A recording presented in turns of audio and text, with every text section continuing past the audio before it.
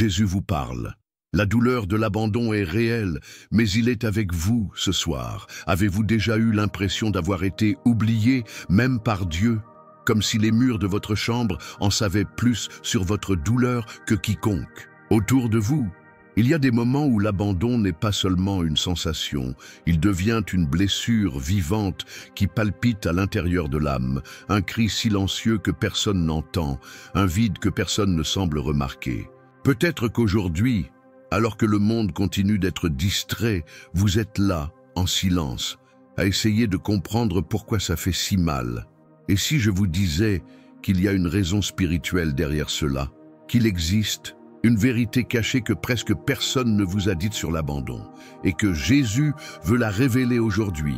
Rien qu'à vous, fermez les yeux un instant et imaginez la scène dans laquelle vous vous êtes senti le plus seul. L'abandon de quelqu'un qui avait promis de ne jamais partir. L'absence à un moment où l'on avait le plus besoin d'être vu, entendu, soutenu. Le cœur brisé par un mot non dit, par un câlin qui n'est pas venu. Tu te souviens à quel point ça faisait mal? Cette douleur, que beaucoup appellent faiblesse, porte en réalité un profond secret spirituel. Et aujourd'hui, à ce moment précis, vous découvrirez ce que murmure le ciel lorsque tout le monde lui tourne le dos. Jésus vous parle, et il n'est pas distant comme vous avez pu le croire. Ce n'est plus un message de motivation. Ce n'est pas une vidéo de conseils vide de sens. Peu de gens sont préparés à ce qui va être révélé. Vous n'êtes pas arrivé ici par hasard. Il y a une raison pour laquelle, parmi tant de vidéos, ce message vous est parvenu. Il y a un mouvement spirituel qui se produit actuellement. Pendant que vous regardez, le ciel s'incline vers vous parce que Jésus vous parle et qu'il veut briser quelque chose qui vous a piégé dans le silence. Mais avant de révéler de quoi il s'agit, il faut ressentir le poids de cette réalité. La douleur de l'abandon est réelle. Mais ce n'est pas la fin. Ce secret a été gardé caché pendant des siècles, car il a le pouvoir de libérer les cœurs, de restaurer les âmes brisées et de raviver la flamme de la foi que beaucoup croyaient avoir perdue à jamais. Vous êtes sur le point d'entendre ce que l'Esprit veut dire à ceux qui restent. L'abandon que vous avez vécu n'a pas été méprisé par le ciel. Il sera utilisé comme un tournant, comme un portail, vers une révélation qui dépasse votre compréhension humaine. Se préparer. Ce que vous entendez peut complètement changer la façon dont vous voyez votre propre histoire. Respirez profondément. Parce que ce qui sera révélé ensuite peut non seulement guérir votre douleur, mais transformer toute votre identité spirituelle. Et si vous êtes prêt pour cela, commentez maintenant « J'écoute Jésus », parce que celui qui déclare cela ne le regarde pas, vit la révélation. Et maintenant que votre cœur est ouvert, laissez le Saint-Esprit vous emmener là où votre âme doit être. Si ce message a déjà commencé à toucher les profondeurs de votre âme, sachez, ce n'est pas une coïncidence. Vous n'êtes pas ici par hasard. Jésus vous parle et il vous a amené exactement à ce moment. Un temps divin est libéré en ce moment, alors que votre esprit écoute, mais votre âme commence à s'éveiller à quelque chose de bien plus grand. Respirez profondément et ouvrez votre cœur à ce message. Nous n'en sommes qu'au début, mais la suite pourrait être un tournant entre ce que vous ressentez maintenant et la délivrance que Dieu a préparée pour vous. Jésus a révélé quelque chose de très important à propos de cette douleur que vous portez dans votre poitrine, et vous devez l'entendre avant de quitter cette vidéo. N'ignorez pas cet appel. Écrivez dès maintenant dans les commentaires. Avec foi et courage, je ne suis pas seul, Jésus est avec moi. Ce n'est pas seulement une phrase, c'est une déclaration prophétique. Chaque fois que quelqu'un écrit ceci, il active un mouvement spirituel qui brise les chaînes de l'abandon et de la solitude. Et si cette parole a déjà commencé à guérir quelque chose en vous, alors profitez de la vidéo maintenant. Oui, c'est aussi un acte de foi.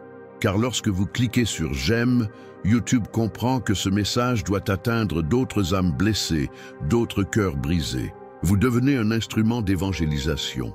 Et si vous souhaitez nous accompagner dans ce voyage de guérison et de transformation, abonnez-vous à la chaîne dès maintenant.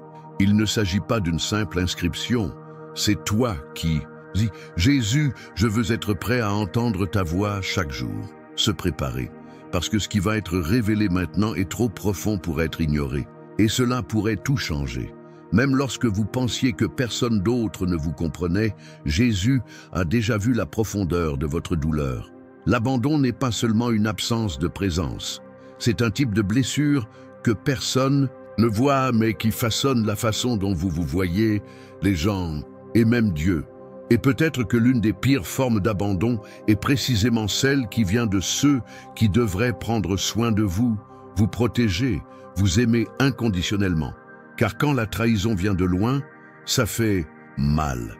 Mais quand il s'en rapproche, il détruit. Et c'est exactement pourquoi l'histoire dans laquelle nous allons nous plonger maintenant n'est pas seulement un vieux récit, c'est le miroir de votre cœur. Car ce qui est arrivé à Joseph, fils de Jacob, arrive encore à beaucoup aujourd'hui. La différence est que maintenant, vous découvrirez ce que le ciel a fait lorsque Joseph a été jeté dans cette fosse, et ce qu'il est sur le point de vous faire. Imaginez Joseph, ce jeune homme qui voulait juste être aimé de ses frères, comprendre sa place dans le monde, vivre les rêves que Dieu avait plantés en lui. Mais qu'a-t-il reçu? Envie, rejet et enfin l'abandon. Ses propres frères l'ont jeté dans un puits vide. Ce n'étaient pas des ennemis lointains, c'étaient ceux qui partageaient le même sang, la même maison, le même père, José. Sentit le sol disparaître sous ses pieds, non pas lorsqu'il tomba dans ce trou, mais lorsqu'il réalisa que ceux qui le poussaient étaient précisément ceux dont il attendait le plus l'amour. Et toi, combien de fois avez-vous essayé de comprendre pourquoi celui qui devrait vous aimer le plus était celui qui vous faisait le plus de mal? Combien de fois vous êtes-vous demandé « Qu'ai-je fait de si mal pour mériter ça ?» Mais c'est là que commence la révélation. Parce que dans cette fosse sombre, au milieu de l'abandon, il y avait quelque chose que les yeux humains ne pouvaient pas voir, mais que le ciel voyait clairement. La Bible dit dans Genèse 39, 2, « Le Seigneur était avec Joseph ». Pouvez-vous comprendre le poids de cette phrase? Au moment où tout le monde lui tournait le dos, Dieu restait. Au moment même où il était méprisé par les hommes, il était embrassé par le dessein éternel de Dieu. Le puits n'était pas la fin, c'était le début d'un voyage où chaque douleur deviendrait une étape. Joseph n'a pas été enterré, il a été planté. Et ce que Dieu plante, personne ne peut le déraciner. Peut-être que vous êtes exactement dans cet endroit en ce moment. Le puits, le rejet, le silence et le pire, l'abandon de ceux qui devraient vous protéger. Mais, et si je vous disais que ce sentiment d'abandon n'est pas une preuve que Dieu vous a quitté, mais plutôt la preuve qu'il est sur le point de vous révéler quelque chose qui ne se découvre qu'au fond? Joseph a dû traverser tout cela pour répondre à l'appel que Dieu lui avait adressé. L'abandon scolaire était la trahison, était le transport. Le fond était l'endroit où la présence de Dieu devenait plus réelle que jamais. Et Jésus vous parle maintenant, parce que ce processus que vous traversez n'est pas une punition, c'est la préparation. Arrêtez-vous et réfléchissez. Combien de fois avez-vous essayé de vous convaincre que vous ne vous en souciez plus? Combien de fois avez-vous prétendu que ça ne faisait pas mal, que vous vous en étiez remis, que tout allait bien? Mais à l'intérieur, au plus profond de lui, il y avait toujours un cri piégé, une blessure qui palpite à chaque fois que vous vous souvenez de qui vous a quitté. Et vous savez ce qu'il y a de plus cruel là-dedans? C'est alors que nous commençons à croire que le problème vient de nous. Mais aujourd'hui, Jésus vous dit, vous n'avez pas été abandonné parce que vous étiez plus petit. Vous avez été rejeté parce que vous portiez quelque chose que l'enfer voulait détruire avant qu'il ne fleurisse. Cela change tout. L'abandon ne vous a pas diminué. Il a seulement révélé à quel point le ciel vous apprécie. Joseph a été arraché à sa maison, séparé de son père, vendu comme esclave, oublié en prison. Mais Dieu ne l'a laissé dans aucun de ces endroits. La douleur qu'il ressentait était réelle, les pleurs, les nuits solitaires, le sentiment d'être trahi par ceux qu'il aimait le plus, tout cela a marqué son âme. Mais cela n'a pas empêché le but. Et savez-vous pourquoi? Parce que le Seigneur était avec lui. Et si Dieu était avec Joseph dans ce puits, il est aussi avec vous dans cette douleur. Vous n'entendez peut-être pas de voix. Vous ne ressentez peut-être pas de frissons spirituels. Vous pensez peut-être que vous êtes seul. Mais il y a un verset écrit dans le ciel, en lettres éternelles, rien que pour vous. Le Seigneur est avec vous, même quand tout le monde t'a quitté. Si ce mot vous déchire l'âme, si vous savez que cette douleur est réelle et qu'elle a été causée par quelqu'un que vous aimiez, écrivez dès maintenant dans les commentaires « J'ai été jeté dans le puits, mais je ne suis plus seul ». Ce n'est pas juste une phrase, c'est un acte prophétique, c'est votre ascension spirituelle. C'est vous qui dites au monde des esprits « Jésus me parle et j'ai écouté ». Peut-être que vous n'avez jamais eu le courage d'exposer cette douleur, mais désormais, ce n'est plus une faiblesse. C'est le signe que Dieu est sur le point de faire quelque chose de surnaturel en vous. Et ne pensez pas que cela s'arrête là, car ce qui arrive à José après ce moment est encore plus surprenant. Il y a un secret caché dans cette trajectoire, et quand vous le comprendrez, tout prendra un sens. La douleur qui semblait être une sentence deviendra un chemin, le rédemption. Mais ça, vous le découvrirez ensuite. Préparez votre cœur, parce que la prochaine révélation touchera précisément cet endroit que vous pensiez que Dieu avait oublié. Lorsque vous entendez des mots comme abandon ou invisibilité, votre cœur réagit-il par un serrement silencieux? Avez-vous déjà vécu des moments où vous étiez entouré de gens, mais où vous aviez l'impression de n'exister pour personne? C'est de cela dont nous allons parler maintenant. Si la douleur de Joseph était causée par le rejet de frères qui partageaient le sang, la douleur d'Agar naît du sentiment d'effacement total, d'être jetable. L'abandon émotionnel ne crie pas, il murmure jour après jour, jusqu'à ce que vous commenciez à douter de votre propre valeur. Et peut-être que le plus cruel dans tout cela est de réaliser que la douleur n'est pas venue avec une violence explicite, mais avec l'indifférence de quelqu'un qui ne vous voyait tout simplement plus. Le désert ne commence pas quand nous sommes seuls, il commence quand nous réalisons que personne ne nous cherche. Et c'est précisément dans cette sorte d'abandon que le ciel se manifeste avec puissance. Parce que quand personne d'autre ne vous voit, Jésus vous parle. Agar était une femme marquée par des circonstances qu'elle n'avait pas choisies. Servie, utilisée, jetée, enceinte, rejetée, jetée dans le désert pour mourir seule. La Bible décrit ce moment avec une précision qui nous touche profondément. Et elle alla s'asseoir en face, s'éloignant à bonne distance, comme à un coup d'arc, car elle dit « que je ne vois pas mourir l'enfant ». Quelle triste scène. Imaginez une mère qui s'éloigne de son propre fils pour ne pas assister à sa mort. Sa douleur était si grande que l'instinct de sa mère était écrasé par le désespoir de l'invisibilité. Elle ne criait plus. Je ne m'attendais pas à plus. Il s'est juste éloigné, car lorsque l'abandon devient routine, l'espoir commence à perdre sa voix. Mais alors quelque chose d'incroyable se produit. Au milieu de ce désert où personne ne la cherchait plus, où il n'y avait ni ombre, ni pain, ni eau, une voix brise le silence. « Tu es le Dieu qui me voit ». Genèse 16, 13. Cette déclaration change tout. Agar, la femme oubliée des hommes, a été vue par Dieu.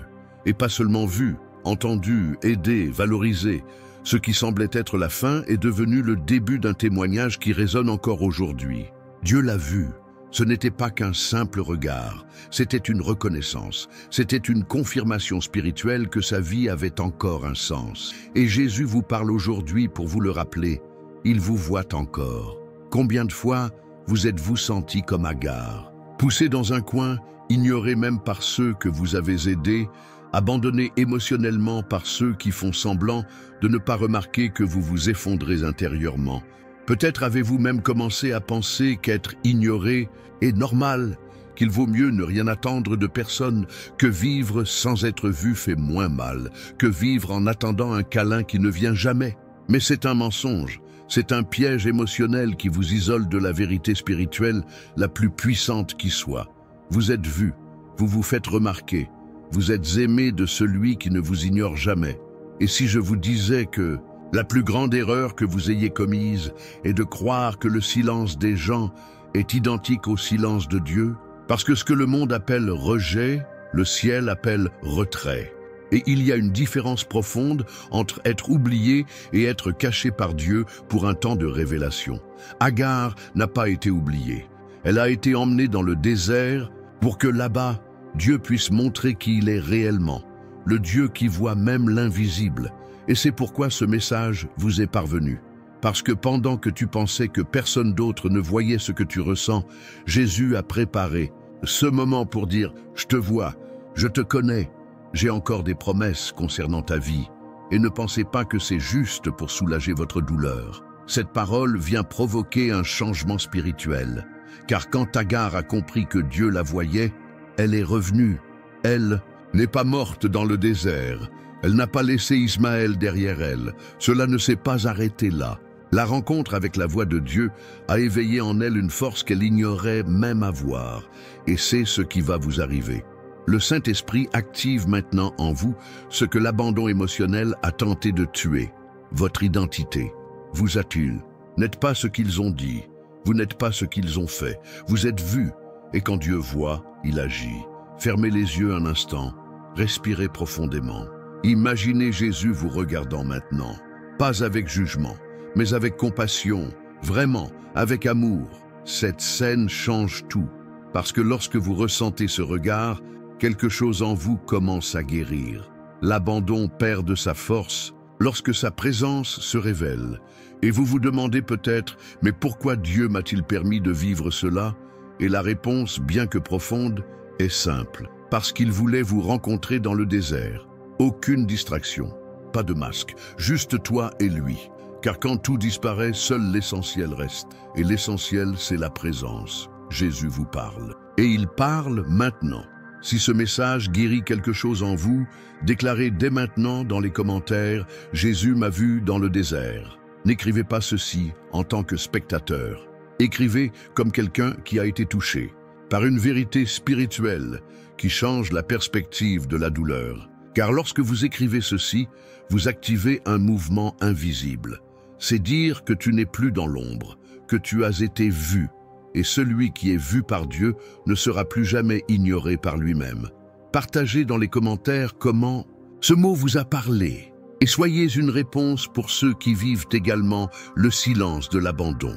Mais attendez, que se passe-t-il lorsque la douleur ne vient pas de ceux qui vous ignorent, mais de ceux qui prétendent être amis? Quand la trahison arrive en souriant, quand l'abandon se déguise en fidélité, ce qui viendra ensuite pourrait transformer votre vie pour toujours, parce que Jésus a également fait face à cela, et ce qu'il a révélé à ce moment pourrait être la réponse que vous cherchiez depuis longtemps. Il existe une forme d'abandon qui ne se manifeste pas par des crises ou une mise à distance évidente. Il vient déguisé en présence, il sourit, marche à vos côtés, vous appelle ami, mais au moment le plus vulnérable, il vous blesse avec une lame invisible. C'est une trahison silencieuse. C'est l'abandon qui vient de ceux en qui vous aviez le plus confiance. Si la douleur d'être ignoré est déjà accablante, la douleur d'être trahi par un proche est déchirante. Et peut-être que vous regardez cette vidéo parce que vous portez encore une blessure qui ne s'est jamais refermée. Une amitié qui s'est transformée en mépris. Une relation devenue un souvenir douloureux, une épaule que vous cherchiez et que vous trouviez vide. Mais Jésus vous parle et il connaît précisément cette douleur parce qu'il a également été trahi. Et ce qu'il a fait à ce moment-là pourrait être la clé dont vous avez besoin pour transformer votre blessure en libération. Le cadre était intimiste. Un jardin. Une nuit silencieuse, mais pleine de tensions spirituelles. Jésus, sachant déjà ce qui allait arriver, était là avec ses disciples, des hommes qui avaient marché avec lui, qui avaient vu ses miracles, qui a entendu ta voix, qui a promis d'être à ses côtés jusqu'au bout. Mais parmi eux se trouvait Judas, un des 12, quelqu'un qui partageait le pain, qui connaissait le ton de la voix de Jésus, qui recevait la confiance. Et pourtant, c'est justement lui qui l'a donné par un baiser. Quelle ironie! Le signe de l'amitié est devenu le geste de la trahison. Matthieu 26, 50 rapporte l'une des phrases les plus énigmatiques de la Bible. Jésus regarde Judas et dit « Mon ami, pourquoi es-tu venu ?» Ce n'était pas du sarcasme, c'était une révélation. Jésus savait ce que faisait Judas, mais il l'a quand même traité d'ami.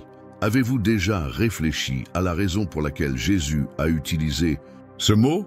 Pourquoi n'as-tu pas dit « traître » ? Pourquoi n'es-tu pas parti? Pourquoi ne l'as-tu pas confronté avec colère? Parce que Jésus a voulu montrer quelque chose de bien plus profond. L'abandon des hommes n'annule jamais le dessein de Dieu. Le baiser de la trahison n'a pas annulé la mission. Et c'est la révélation de votre vie d'aujourd'hui. La douleur que vous avez ressentie lorsque vous avez été trahi, lorsque vous avez été abandonné par quelqu'un qui vous traitait d'ami, n'est pas la fin de votre histoire. C'est le point de départ de quelque chose que Dieu a déjà écrit. Jésus n'a pas été vaincu dans ce jardin. Il faisait le premier pas vers la résurrection. Combien de fois avez-vous fait confiance à quelqu'un pour ensuite vous retrouver seul, le cœur en morceaux, essayant de comprendre où vous vous êtes trompé? Vous vous êtes demandé « Comment a-t-il eu le courage de me faire ça ?» Ou « Pourquoi a-t-elle tourné le dos tout à l'heure ?» La trahison ne fait pas seulement mal à cause de l'acte. Elle fait mal parce qu'elle détruit tout ce que vous croyez à propos de la personne. Cela détruit les souvenirs, brise les attentes, détruit votre sentiment de sécurité. Mais voici la vérité que l'Esprit veut que vous receviez. Tous ceux qui marchent à vos côtés ne portent pas votre objectif. Judas a marché avec Jésus, mais il n'a pas porté la croix avec lui. Et il y a des gens qui n'ont été dans sa vie qu'à la limite de sa douleur. Jésus vous parle en ce moment parce que vous avez besoin de savoir que vous n'êtes pas faible pour avoir fait confiance. Vous n'étiez pas stupide, tu étais pur, tu étais vrai. Et le monde spirituel tremble devant les cœurs qui aiment sincèrement. Le problème n'a jamais été que tu aimais trop. Le problème était que l'autre ne savait pas quoi faire, de l'amour qu'il recevait. Mais Dieu ne gaspille pas cette douleur. Cela se transforme, cela façonne, cela élève. La trahison que vous avez subie est sur le point de devenir l'étape où sa gloire sera révélée. Parce que lorsque les faux tombent, les vrais sont élevés. Et Jésus ne vous trahit jamais, ne vous abandonne jamais, ne vous mentez jamais. Si ce message vous libère d'une vieille blessure, commentez maintenant « Jésus guérit la trahison que j'ai vécue ». Dites-le avec foi, dites-le avec courage, déclarez que vous ne serez plus prisonnier de la déception. Il y a quelque chose de puissant qui se produit lorsque vous transformez un commentaire en prière. C'est comme si chaque lettre brisait une chaîne émotionnelle. Vous n'avez plus besoin de garder cette douleur sous silence. Exposez-le au ciel, car le ciel écoute. Et si ce mot a touché votre cœur, cliquez sur « J'aime » dès maintenant. Et comme un acte de foi.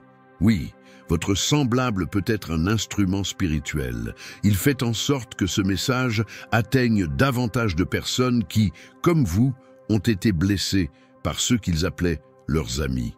Vous devenez un canal de guérison, pas seulement un spectateur. Et si vous souhaitez continuer à recevoir des mots comme celui-ci, abonnez-vous à la chaîne dès maintenant. Ce n'est pas seulement un abonnement, c'est un engagement spirituel.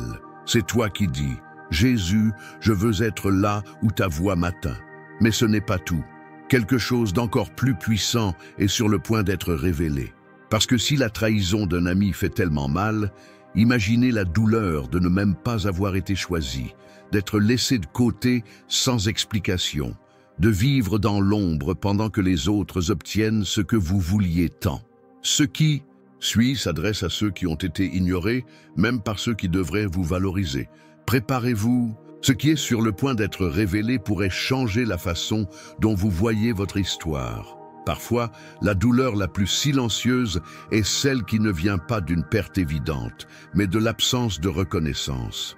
Vous êtes-vous déjà senti ignoré alors que les autres autour de vous étaient élevés? Vous êtes-vous déjà demandé pourquoi, même si vous faites tout correctement, personne ne vous choisit? Comme si votre présence était invisible aux yeux de ceux qui ont le pouvoir d'ouvrir les portes. La douleur de ne pas avoir été choisi est une blessure qui cache de la honte, de la frustration, de l'insécurité et même un injuste sentiment d'infériorité. Et peut-être que le plus cruel est de voir des gens avec moins de préparation, moins de dévouement et encore moins de caractère être reconnus, alors que vous continuez à être laissés de côté. Mais aujourd'hui, Jésus vous parle, parce que cette douleur est aussi inscrite dans la parole. Elle a un nom, une histoire et un remède, et tout commence avec un jeune homme oublié, même par son propre père, David. Imaginez cette scène. Un prophète respecté dans toute la nation arrive chez Jesse. Il est là avec une mission, oindre le prochain roi d'Israël. L'atmosphère est à l'attente. Les enfants sont appelés un à un, tous préparés, bien habillés, honorés. Mais il y en a un dont on ne se souvient même pas.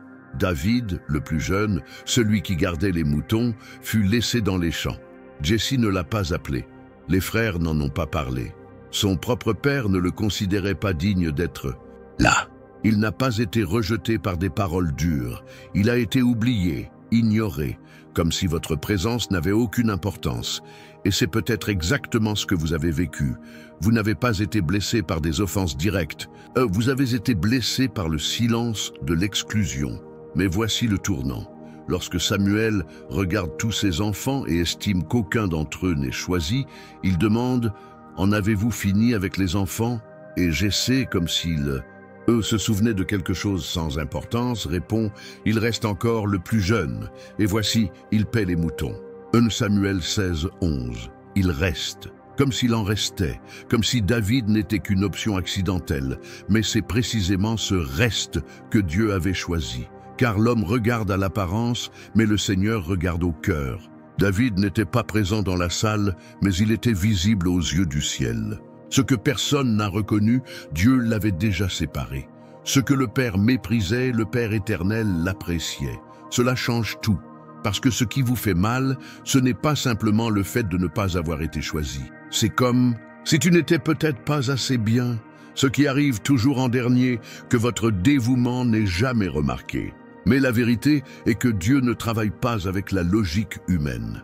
Il choisit l'improbable pour confondre ceux qui sont considérés comme essentiels. Ce que vous appelez mépris est peut-être en réalité une cachette d'honneur. Dieu ne vous a pas caché pour vous faire honte. Il vous a caché pour vous préserver jusqu'au bon moment. Lorsque David fut oint, il n'était pas encore roi aux yeux des hommes, mais le ciel l'avait déjà couronné. Et si vous demandez « Mais pourquoi tant d'autres sont-ils préférés? Pourquoi a-t-il toujours l'impression qu'il y a quelqu'un de plus important que moi ?»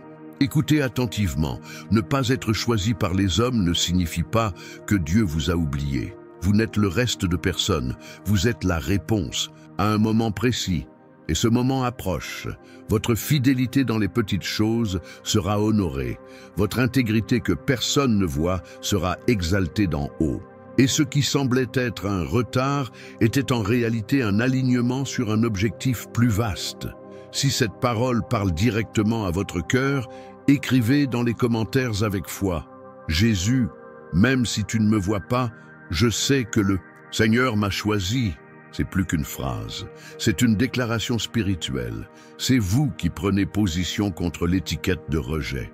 C'est vous qui vous dites « Je ne suis pas l'oublié, je suis celui qui est séparé ». Et quand vous écrivez ceci, vous activez quelque chose dans les cieux. Vous brisez la malédiction du dernier en ligne et entrez dans la saison de la reconnaissance divine. Si ce message a clarifié votre douleur, partagez cette vidéo avec quelqu'un qui se sent également oublié. Et si vous souhaitez recevoir plus de mots comme celui-ci, abonnez-vous à la chaîne maintenant. Ici, vous n'êtes pas qu'un abonné de plus. Vous êtes quelqu'un qui a décidé d'écouter quand Jésus vous parle. Mais attendez, et si je vous disais qu'il y a des moments où même la foi ne semble pas suffisante, qu'il y a des jours où le silence de Dieu est si assourdissant qu'on se demande s'il écoute encore. Ce qui vient ensuite s'adresse à ceux qui en ont assez de pleurer sans réponse, à ceux qui sentent que même leur foi s'effondre, et la révélation qui sera délivrée pourrait changer complètement leur perspective sur le silence du ciel. Préparez votre cœur, parce que ce qui va être révélé maintenant va directement là où même votre espérance appelle à l'aide. Certaines douleurs ne peuvent être expliquées par des mots. Ils se traînent à travers les jours comme une ombre que la lumière de la foi ne semble pas atteindre. Et peut-être que c'est exactement ce que vous ressentez.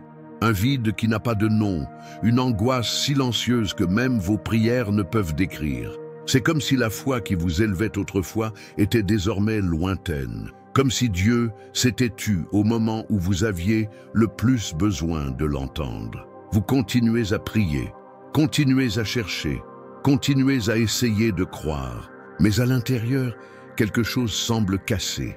Et puis vient la question que vous n'auriez jamais pensé avoir le courage de poser. Dieu m'a-t-il abandonné? Pas en colère, mais dans la douleur, avec un désespoir profond, silencieux et dévastateur. Si tel est le cri de votre âme aujourd'hui, Jésus vous parle. Et sa réponse est cachée dans l'histoire d'un homme qui, même plongé dans la souffrance, déclarait les yeux brûlants de douleur: « Je sais que mon Rédempteur est vivant. » Son nom est Job, un homme juste, droit et craignant Dieu, quelqu'un qui a eu une vie bénie, une famille prospère, en bonne santé, stable.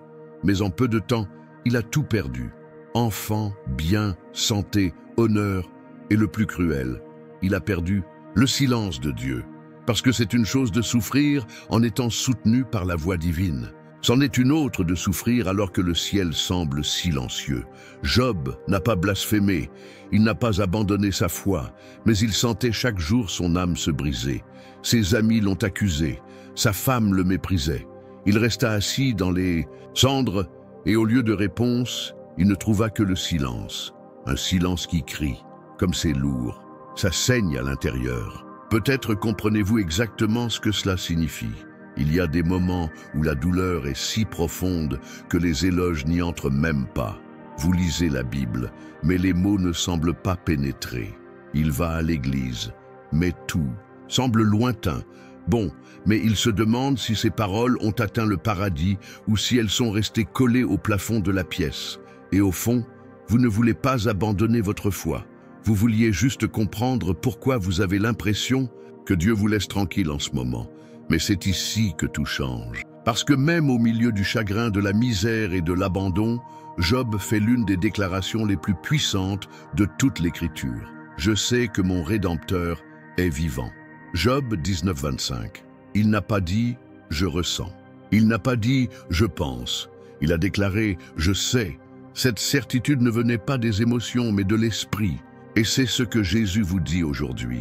La foi qui vous soutient ne dépend pas de sensations, mais de convictions spirituelles.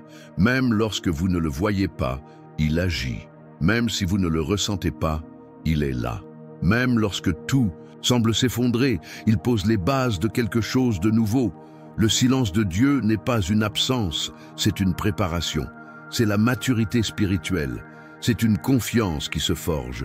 Parce qu'il y a des moments où Dieu parle, et il y a des moments où il croit que vous en avez suffisamment entendu pour continuer à marcher même sans explication.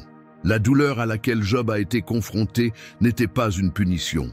C'était un processus.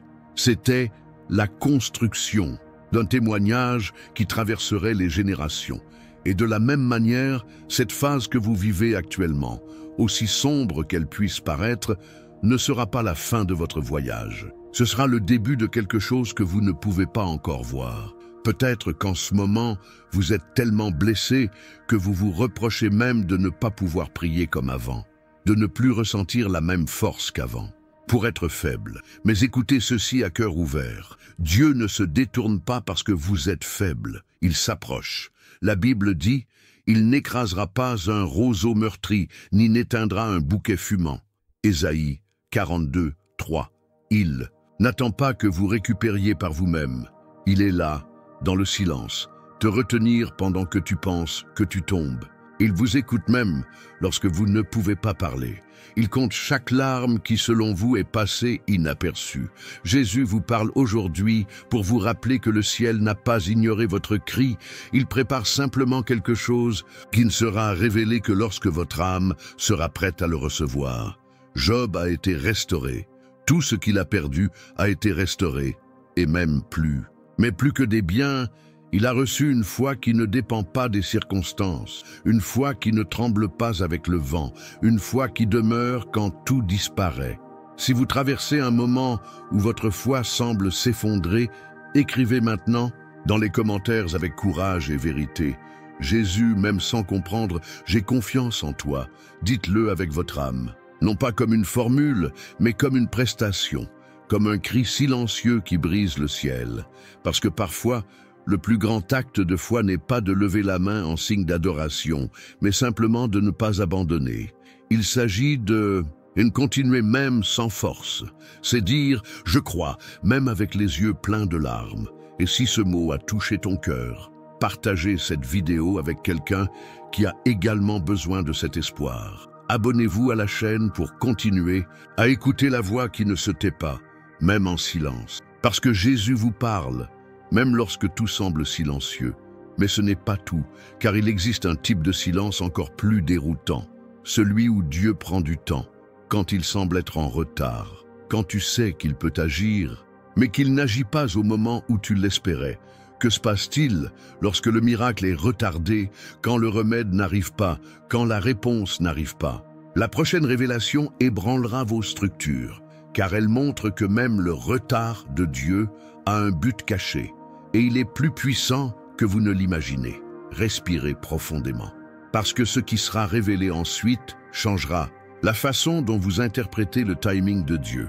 Si l'écho de l'abandon résonne encore dans les recoins de l'âme de ceux qui ont été rejetés, trahis ou oubliés, il existe une douleur qui dépasse le contact humain. C'est celui qui envahit l'obscurité, quand même les bruits du monde ne peuvent pas étouffer le silence qui vient du ciel. C'est là que beaucoup se demandent « Pourquoi Dieu ne me répond-il pas ?» Peut-être avez-vous déjà crié en l'air, le cœur en morceaux, implorant une réponse, un signe de l'aide. Et qu'est-ce qui est arrivé en retour? Le silence. Mais et si je vous disais que le silence de Dieu n'est ni négligence ni absence? Et si son silence était justement le terreau où se sèment les miracles les plus profonds? Allons à Béthanie, car là-bas, au milieu de la douleur de deux sœurs qui ont perdu leur frère, Jésus révèle un secret que beaucoup ne comprennent pas encore. Lazare était malade, gravement. Marthe et Marie envoient un message urgent à Jésus. « Seigneur, celui que tu aimes est malade. » C'était plus qu'un appel à l'aide. C'était un cri désespéré venant de ceux qui avaient confiance, de ceux qui connaissaient la puissance de Jésus, de ceux qui avaient déjà vu de leurs propres yeux l'impossible se réaliser. Mais étonnamment, Jésus n'y est pas allé. Il n'a pas fonctionné, il n'a pas répondu. Il est resté là où il était. 2 jours. Le silence le plus douloureux de la Bible a commencé avec cette attente inexpliquée. Imaginez le cœur de Martha, regardant par la fenêtre, attendant la moindre poussière à l'horizon qui signalerait les pas du Maître. Imaginez Marie agenouillée, priant en larmes, croyant qu'à tout moment Jésus apparaîtrait avec la guérison dans ses mains. Mais le temps a passé, et Lazare mourut. Combien de fois avez-vous vécu cette même expérience dans votre vie? Vous avez prié pour un mariage, pour un enfant, pour une guérison, pour un travail, pour une réponse du ciel, et tout ce que vous avez reçu, c'est le silence. Et plus le temps passe, plus on a l'impression que l'on se moque de votre foi, que les cieux vous soutiennent. Ce Dieu, pour une raison quelconque, vous a ignoré. Mais ce que Jésus a dit au moment où il a reçu le message est une clé spirituelle qui peut tout changer en vous. Cette maladie ne mène pas à la mort, mais à la gloire de Dieu. Jésus disait, même si personne ne l'avait entendu, ceci n'est pas encore la fin. Il n'a pas couru pour guérir Lazare, parce que ce ne serait pas seulement un remède. Il voulait révéler un plus grand miracle, qui ne pouvait naître que dans le lieu de l'impossible, la résurrection. Le silence de Dieu dans votre vie est-il vraiment un abandon?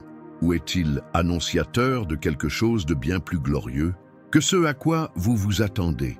Combien de fois notre désespoir nous fait-il confondre silence et absence? Mais Jésus n'était pas en retard. Il est arrivé au bon moment pour que tout le monde sache qu'il ne s'agissait pas d'une aide humaine, mais d'une intervention divine. Lorsqu'il arriva finalement à Béthanie, Lazare était déjà dans le tombeau depuis 4 jours. Martha courut à sa rencontre, affligée. « Seigneur, si tu avais été ici, mon frère ne serait pas mort. » Combien de fois avons-nous dit dans la prière, « Seigneur, si tu avais agi plus tôt, je n'aurais pas perdu ce que j'aimais. » Le plus.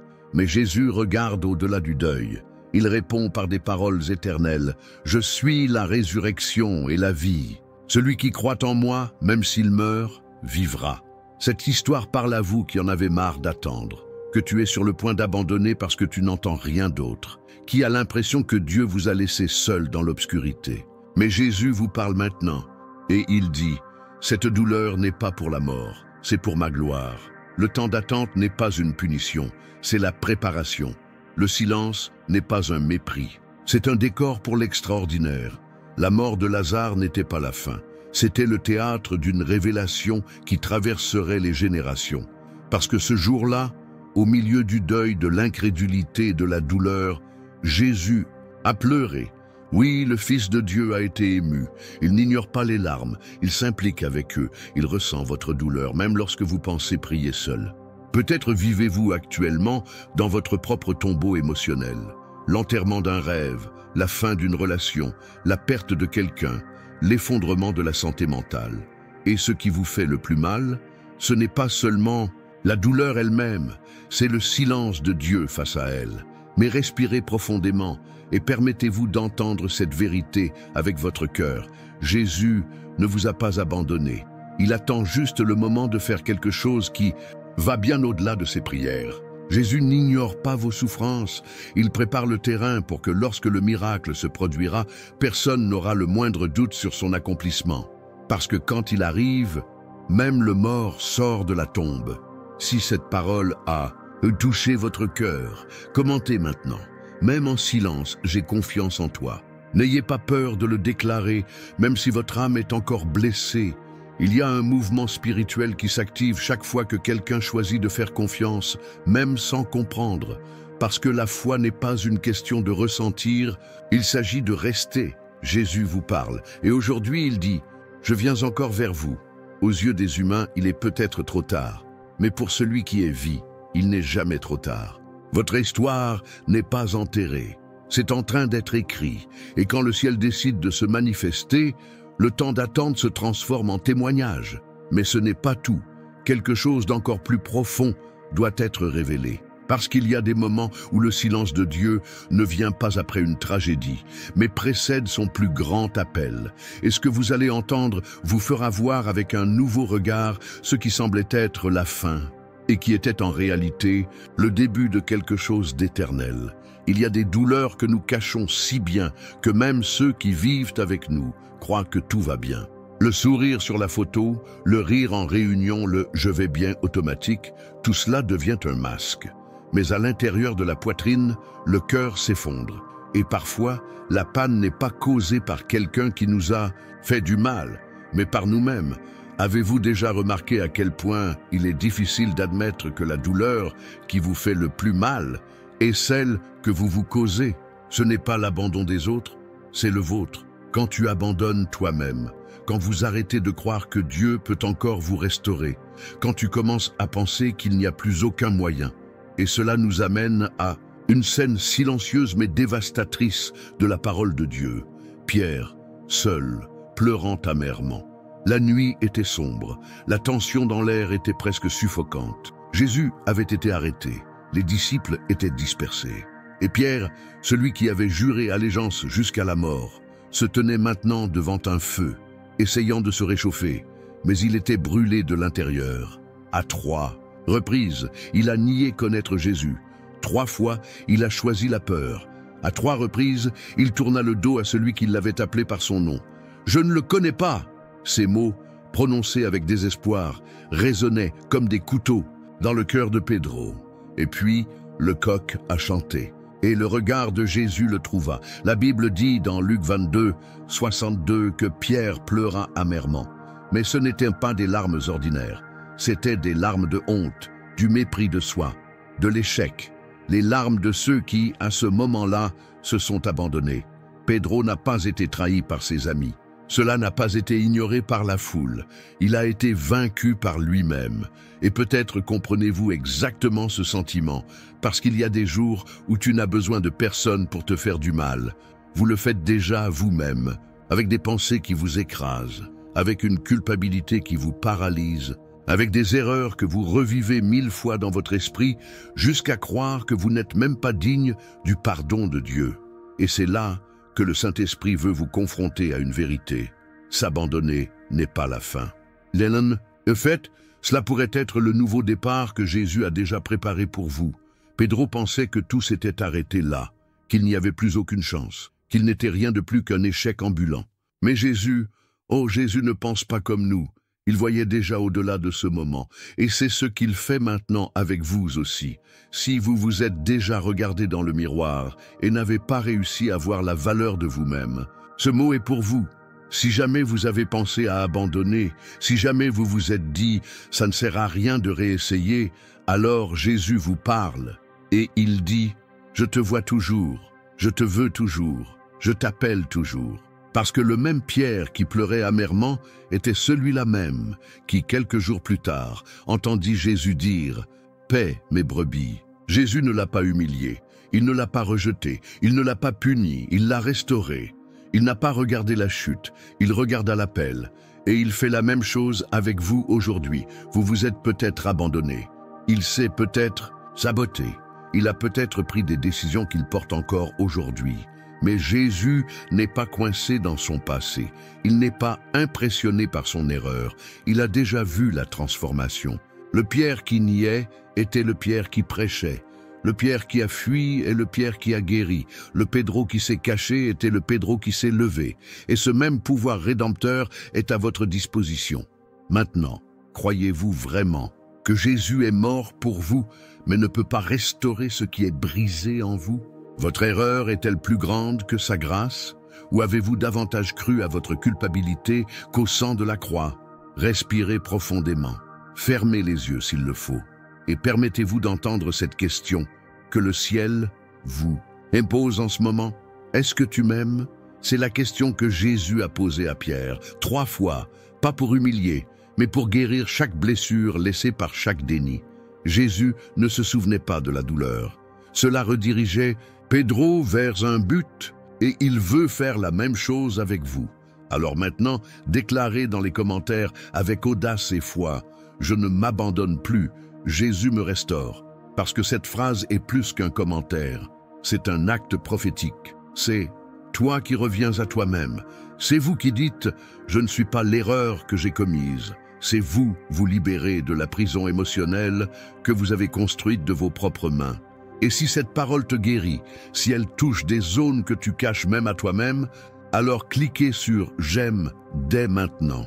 Ce n'est pas seulement un bouton, c'est une graine de foi. C'est vous qui dites « Ce message doit atteindre davantage de personnes qui s'abandonnent en silence » et partagez cette vidéo avec quelqu'un que vous aimez, parce que peut-être que cette personne est aux prises avec exactement cela, la honte de ne pas pouvoir se pardonner. Soyez un canal de restauration dans sa vie.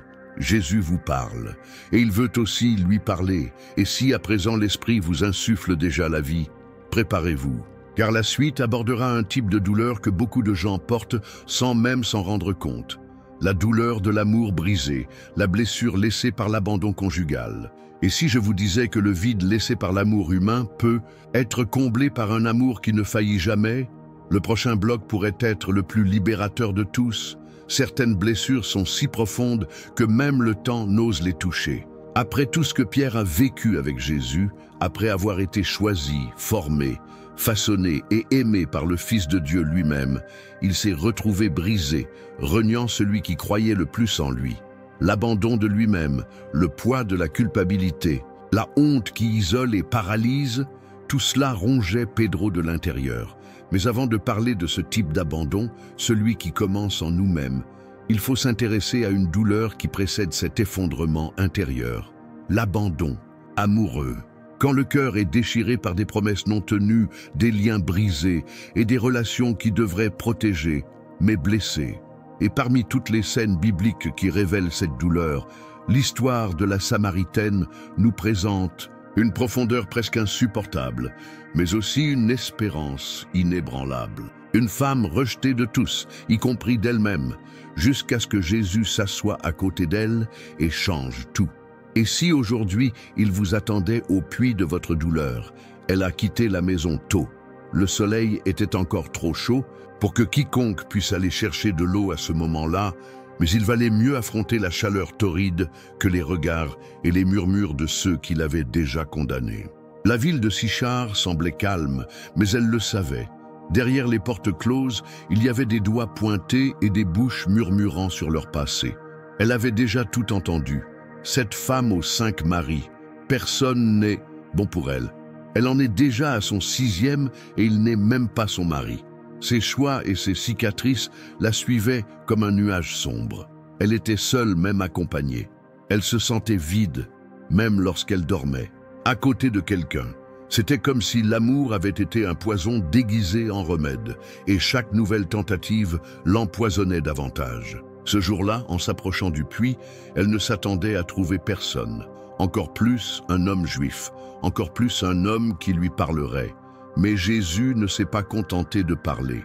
Il l'a vu, et c'était aussi profond que scandaleux.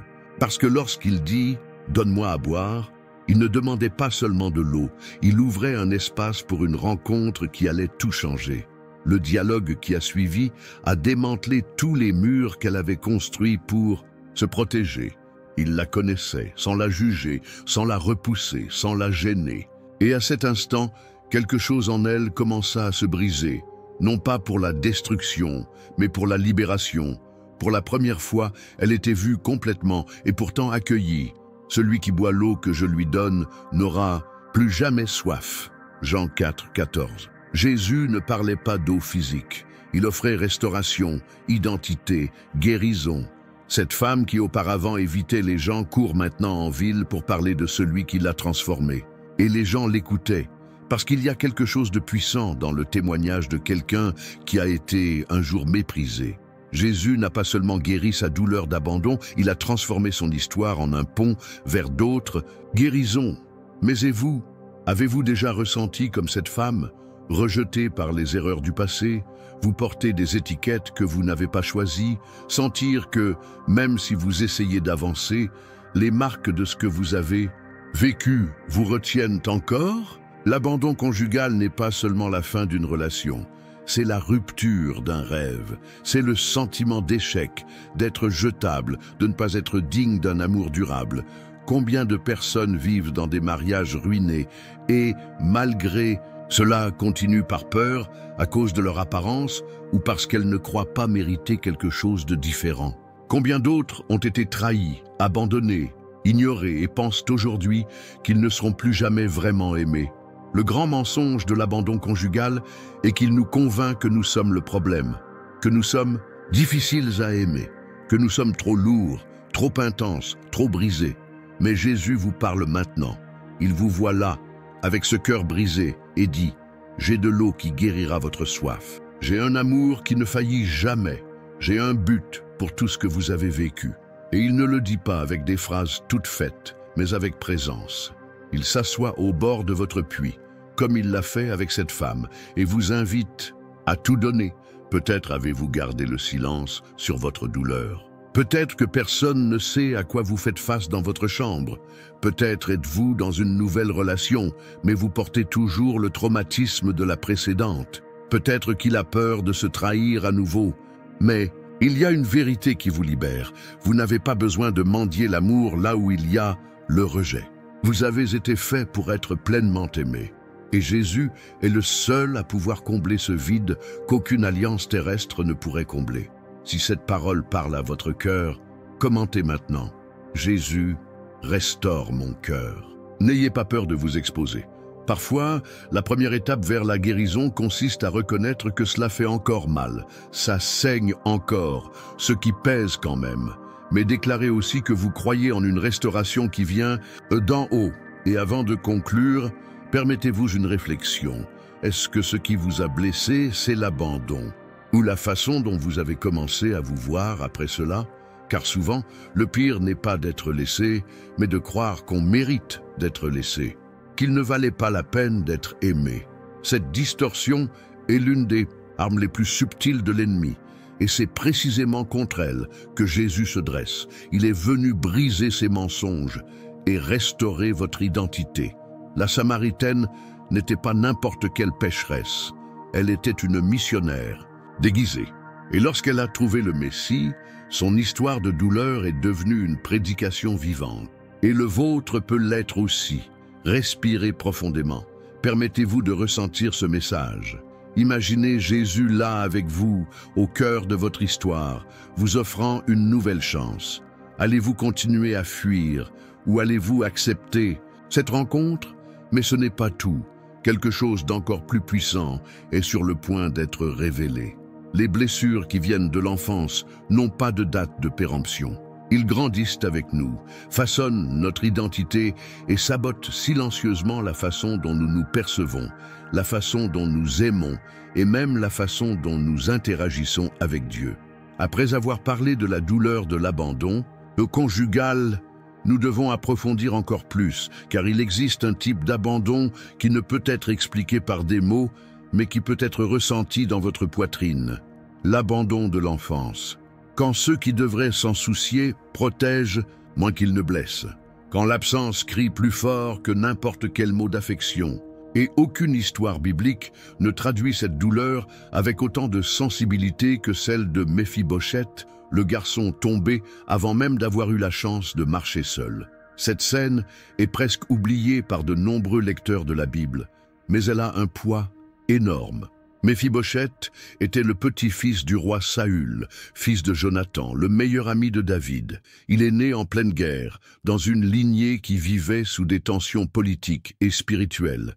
Mais ce qui marque le plus son enfance, ce n'est pas son héritage royal, c'est sa chute. La chute de Méphibosheth se produit dans un moment de chaos. Lorsque son grand-père et son père meurent, la nounou qui le portait tente de fuir désespérée et le laisse tomber. Cette chute le laisse paralysé des pieds. Et à partir de là, il ne perd pas seulement sa mobilité, il perd sa dignité, son espoir, son identité. Il grandit caché à Lo-debar, un lieu oublié, sans pâturage, sans vie. Il grandit avec une histoire qu'il n'a pas choisie, un traumatisme venu de quelque chose qu'il n'a pas causé, un handicap devenu une étiquette. Et combien d'entre nous portent également ces blessures héréditaires? Avez-vous grandi en entendant des mots durs? Vous êtes-vous senti ignoré dans votre propre maison? Avez-vous rencontré des carences que personne n'a remarquées? L'abandon dans l'enfance n'est pas seulement physique, il est émotionnel. C'est l'absence de sécurité, d'affection, de présence. Et le plus cruel, c'est que cette douleur infantile est généralement réprimée. C'est fini, disent-ils. Tu n'étais qu'un enfant, disent-ils. Mais tu sais que ça ne s'est pas produit. Vous en ressentez encore aujourd'hui les effets, dans la façon dont vous doutez de vous-même, dans la peur d'être rejeté, dans l'insécurité qui vous empêche de rêver, dans le sentiment constant de ne pas appartenir. Méphibosheth a grandi en croyant que son histoire n'était pas valide, qu'il était une nuisance et que sa vie n'avait pas d'importance. Et c'est exactement là que Dieu intervient, car des années plus tard, David, déjà établi roi, demande « Reste-t-il encore quelqu'un de la maison de Saül pour que je puisse faire preuve de bonté à cause de Jonathan » 2 Samuel 9, 1. Cette question résonne comme un éclair dans l'histoire de Méphibosheth. Après des années d'oubli, quelqu'un se souvient de lui.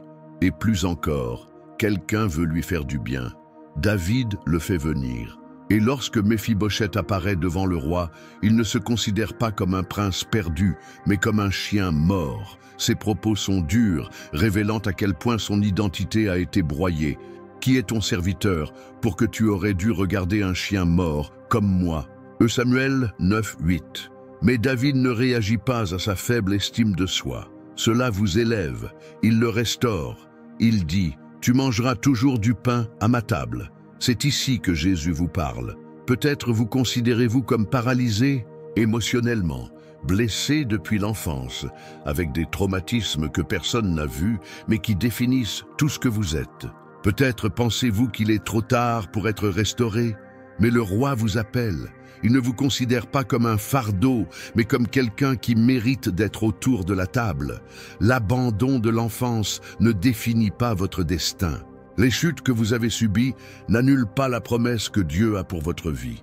Si cette parole a touché quelque chose en vous, commentez maintenant. Jésus, restaure mon histoire. Ne gardez plus cette douleur sous silence. Que cette confession soit le premier pas vers le miracle. David recherchait Méphibosheth, non pas pour le mérite, mais pour l'alliance. Et Jésus vous cherche aujourd'hui pour la même raison. Il a une alliance d'amour avec vous.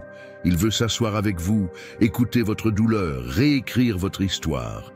Et avant de penser que cela ne vaut rien, rappelez-vous, Méphibosheth était le dernier nom que l'on s'attendrait à voir à la table du roi. Mais c'est exactement ce nom que Dieu a créé pour montrer qu'il se soucie de ceux que le monde rejette.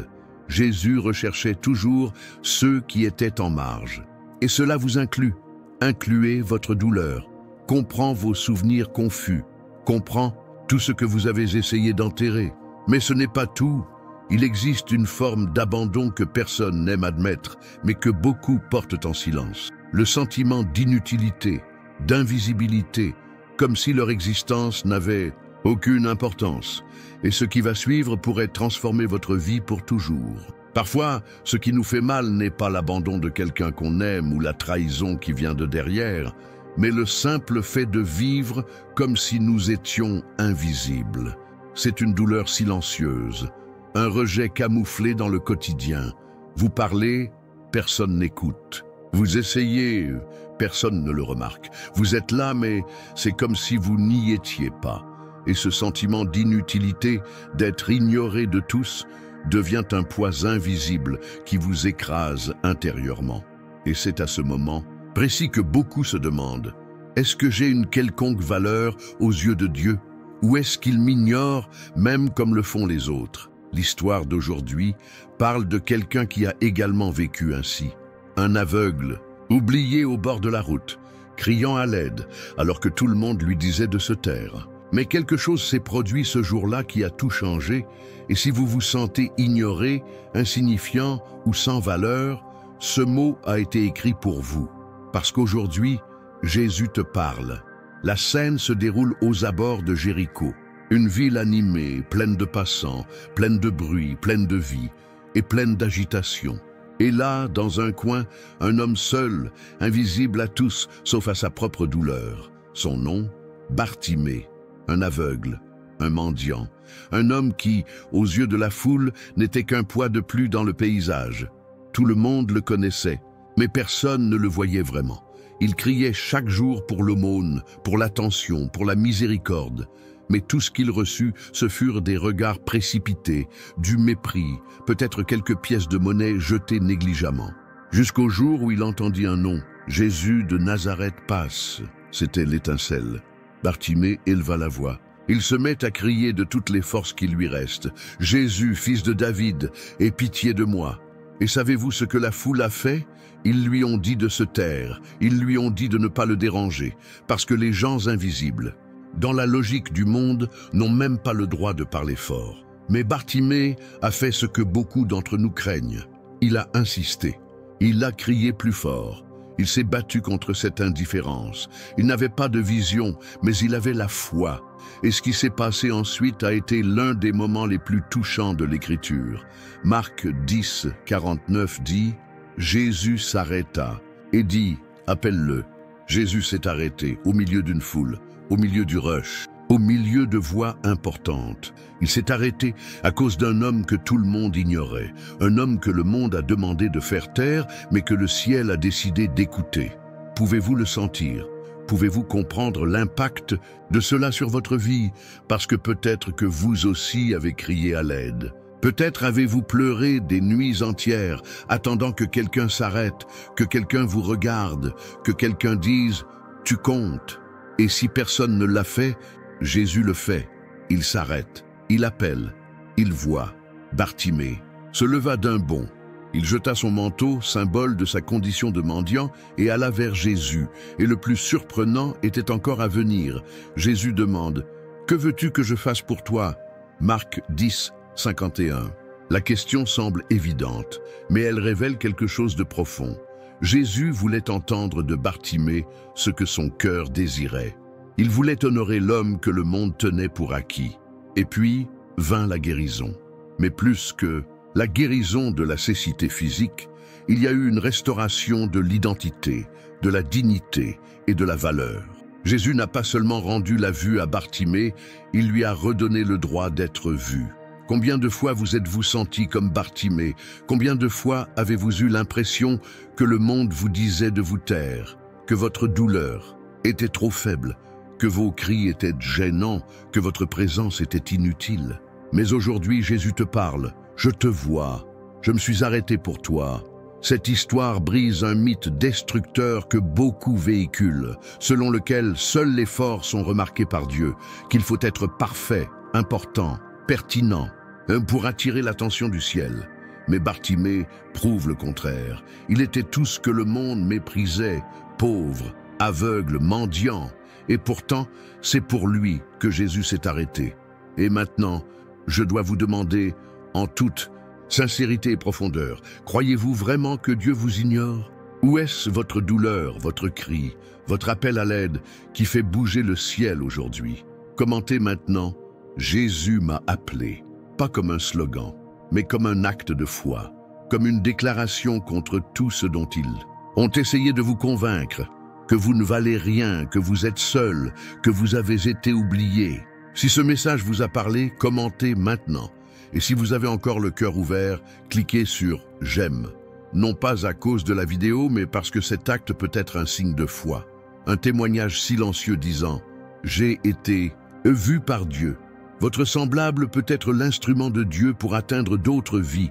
Ce n'est pas n'importe quel clic. C'est un cri comme celui de Bartimée. Un cri qui dit « Je suis là et je crois que Jésus s'est arrêté pour moi ». Et si vous êtes avec moi jusqu'à présent, respirez profondément. Permettez-vous de ressentir cette présence. Jésus passe par là, mais plus encore, il s'est arrêté. Il t'a appelé. Il a entendu ton cri. Ne laissez pas cette révélation mourir. Ne fermez pas votre cœur, parce que la suite pourrait être encore plus profonde. Peut-être avez-vous déjà été ignoré par les hommes, mais que se passe-t-il lorsque la douleur ne vient pas de l'extérieur? Quand est-il né en vous depuis l'enfance, depuis le temps où vous saviez à peine parler, mais sentiez déjà le poids de ne pas être aimé?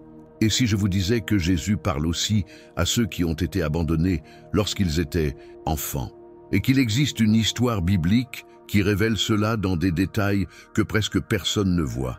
Après tant de sentiments d'abandon, de trahison et d'oubli, peut-être commencez-vous à vous demander, tout cela est-il une conséquence de mes propres erreurs? Ce que j'ai vécu ou ce que je suis devenu, est-il une raison suffisante pour que Dieu ou les gens se tournent vers moi? Ce doute peut devenir une ombre pesante, une honte silencieuse, un sentiment que vous ne méritez même pas de lever les yeux. Mais et si je vous disais qu'il existe une histoire dans la Bible qui confronte exactement ce genre d'humiliation? Une bonne histoire qui montre que Jésus comprend non seulement la douleur de ceux qui sont exposés publiquement, mais qu'il a lui-même choisi de relever ceux que le monde voulait effacer pour toujours. C'était une matinée ordinaire à Jérusalem. Les gens se rassemblaient au temple comme ils le faisaient chaque jour. Pharisiens, docteurs de la loi et curieux occupèrent la cour. Soudain, le silence fut rompu par des voix agressives, des pas rapides et des cris de jugement. Au centre de toute cette agitation traînée et poussée par les hommes, se trouvait une femme. Ses cheveux étaient en désordre, son visage était rouge de honte et ses yeux étaient pleins de peur. Elle n'avait pas de nom à cette époque. Elle n'était que la femme adultère. L'étiquette pesait plus que n'importe quelle pierre. Et c'est précisément avec des pierres qu'ils étaient prêts à terminer leur histoire. Les chefs religieux étaient là pour tester Jésus. Ils utiliseraient la vie de cette femme comme appât pour le contredire. Dans la loi, Moïse nous a ordonné que ces femmes soient lapidées. Et vous, qu'en dites-vous? Jean 8, 5. C'était un tribunal public. Aucune chance de défense, pas un seul mot en sa faveur, juste des regards qui la déshabillaient, des cœurs qui la condamnaient et des mains qui cherchaient déjà leurs armes. Mais Jésus, oh Jésus, il n'a pas crié. Il n'a pas accusé. Il ne détourna pas le visage avec mépris. Au lieu de cela, il s'est accroupi. Il touchait le sol. Il écrivait avec son doigt. Le même doigt qui écrivait autrefois les commandements dans « La pierre touchait désormais la terre en silence ». Un geste qui parlait plus fort que n'importe quelle phrase. Et puis, il s'est levé. Il regarda ses accusateurs dans les yeux et dit « Que celui d'entre vous qui est sans péché soit le premier à lui jeter la pierre ». Jean 8, 7. Un à un, du plus âgé au plus jeune, tout le monde a laissé tomber les pierres et est parti. Le tribunal démantelé. La foule a disparu. Et là, par terre, elle était, seule, toujours tremblant, attendant le poids des pierres ou la douleur de la damnation. Mais une autre question s'est posée. « Femme, Où sont tes accusateurs? Personne ne t'a condamné? Elle a répondu, personne, Seigneur. Et il a conclu, moi non plus, je ne vous condamne pas. Allez et ne péchez plus. Jean 8, 10, 11. Cette histoire est plus qu'un moment isolé de miséricorde. C'est un miroir de notre âme. Combien de fois nous sommes-nous sentis comme cette femme, accusés, exposés, jugés par qui devrait tendre la main? La honte nous paralyse, le passé nous étouffe, et la peur de ne pas être accepté nous pousse de plus en plus bas. Peut-être avez-vous vécu quelque chose que vous portez encore comme une blessure ouverte, une erreur que tout le monde a constatée, un échec qui semble impossible à oublier. Et pire encore, peut-être croyez-vous que cette erreur vous définissait. Mais Jésus vous parle maintenant, ce n'est pas ce qui te définit. Combien de fois avez-vous gardé le silence parce que vous pensiez que personne ne comprendrait votre douleur? Combien de fois avez-vous arrêté de rechercher la présence de Dieu parce que vous vous sentiez trop indigne pour être entendu? Cette femme a été emmenée de force devant Jésus, mais vous pouvez y aller de votre plein gré. Vous n'avez pas besoin d'attendre d'être exposé pour être restauré. Jésus n'attend pas que tu sois pur pour te serrer dans ses bras. Il vous serre dans ses bras pour vous nettoyer. Il ne s'attend pas à ce que vous soyez fort pour vous soutenir. Il vous soutient pour que vous puissiez redevenir fort. Et si ce mot vous interpelle, c'est qu'il fallait le rappeler. Personne n'a le droit de vous condamner alors que Jésus vous a déjà pardonné. Peu importe ce qu'ils disent de vous, peu importe ce qu'ils vous ont fait, pas ce que vous croyez être vous-même. Ce qui compte, c'est ce que dit Jésus. Et il dit maintenant, « Moi non plus, je ne vous condamne pas. » L'entendez-vous résonner dans votre cœur? Pouvez-vous voir son regard aimant sur vous en ce moment? Jésus te parle ce soir. Il regarde vos blessures, vos chutes, vos erreurs. Et pourtant, il choisit de vous relever. Vous n'êtes pas trop souillé pour être touché par lui. Vous n'êtes pas trop loin pour être atteint. Vous n'êtes pas trop perdu pour être retrouvé. Maintenant, je veux vous lancer un défi très direct et peut-être inconfortable. Croyez-vous toujours plus à la voix de ceux qui vous ont jugé qu'à la voix de Jésus qui vous a pardonné? Parce que si c'est le cas, le plus grand abandon que vous vivez est peut-être l'abandon de la vérité.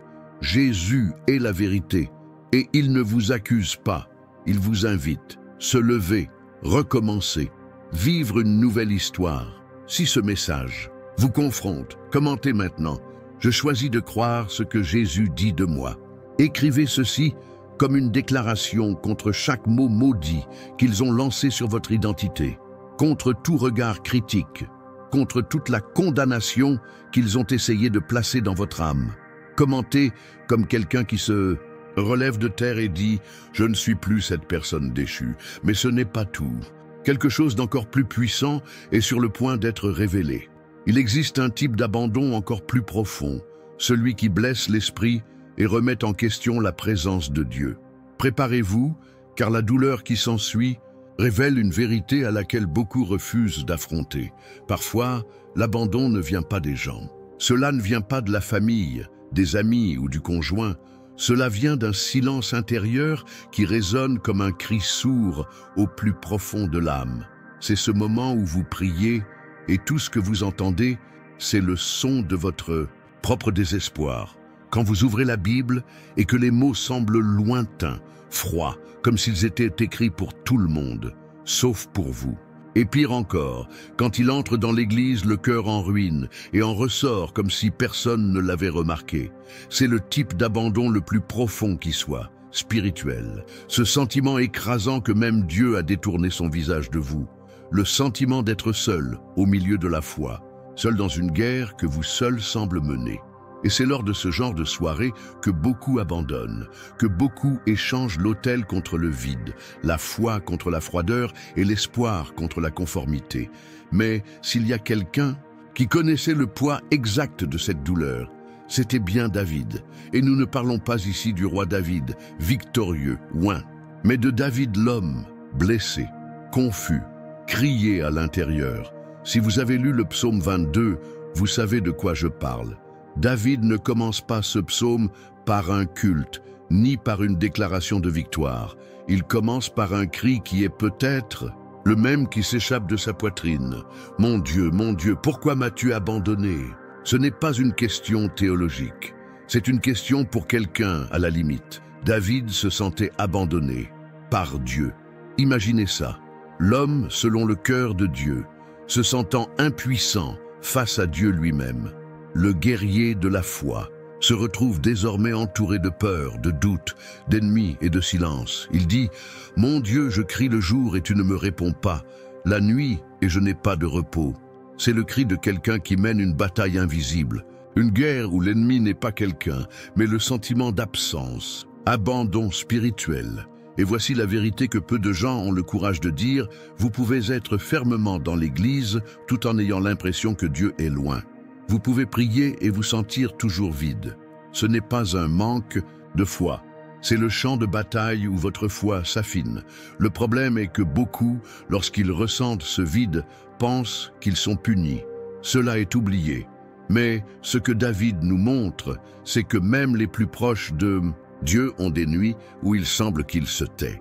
Et savez-vous quelle est la réponse? C'est au verset 3 du même psaume. « Pourtant tu es saint, tu trônes parmi les louanges d'Israël, même sans comprendre, même sans le ressentir, même sans réponse. » David fait quelque chose que vous devriez peut-être faire maintenant. Il décide de faire confiance à la sainteté de Dieu plutôt qu'à ses propres sentiments. Il remplace le « pourquoi » par « cependant » et ça change tout. Car la foi la plus puissante n'est pas celle qui s'appuie sur des miracles, mais celle qui survit au silence. C'est la foi qui dit « Je ne vois pas, mais je continue à croire. Je ne ressens pas, mais je continue à adorer. Je ne comprends pas, mais je reste. » Et peut-être avez-vous besoin de le déclarer maintenant, même avec votre cœur en morceaux. Pourtant, vous êtes saint, parce que ce « cependant » peut être le pont entre votre chaos et le miracle que vous n'avez pas encore vu. Ce que David enseigne ici, c'est que se sentir abandonné par Dieu n'est pas un péché. Le péché, c'est permettre à cette douleur de vous séparer de lui. Et c'est ce que veut l'ennemi, utiliser le silence pour planter des mensonges. Le mensonge que Dieu vous a laissé. Mais Jésus vous parle ce soir, et il dit « Je ne t'ai jamais quitté ». Le silence que tu entends n'est pas de l'indifférence, c'est une construction. Ce n'est pas du mépris, c'est un processus. Ce n'est pas une absence, c'est du souci. Parce que l'or ne se forge pas dans le calme, c'est dans le feu. Et la vraie foi ne naît pas quand tout va bien. Il naît dans les ténèbres, dans l'angoisse. À des jours où Dieu semble lointain, mais vous insistez pour croire qu'il est toujours proche. Et c'est le cas.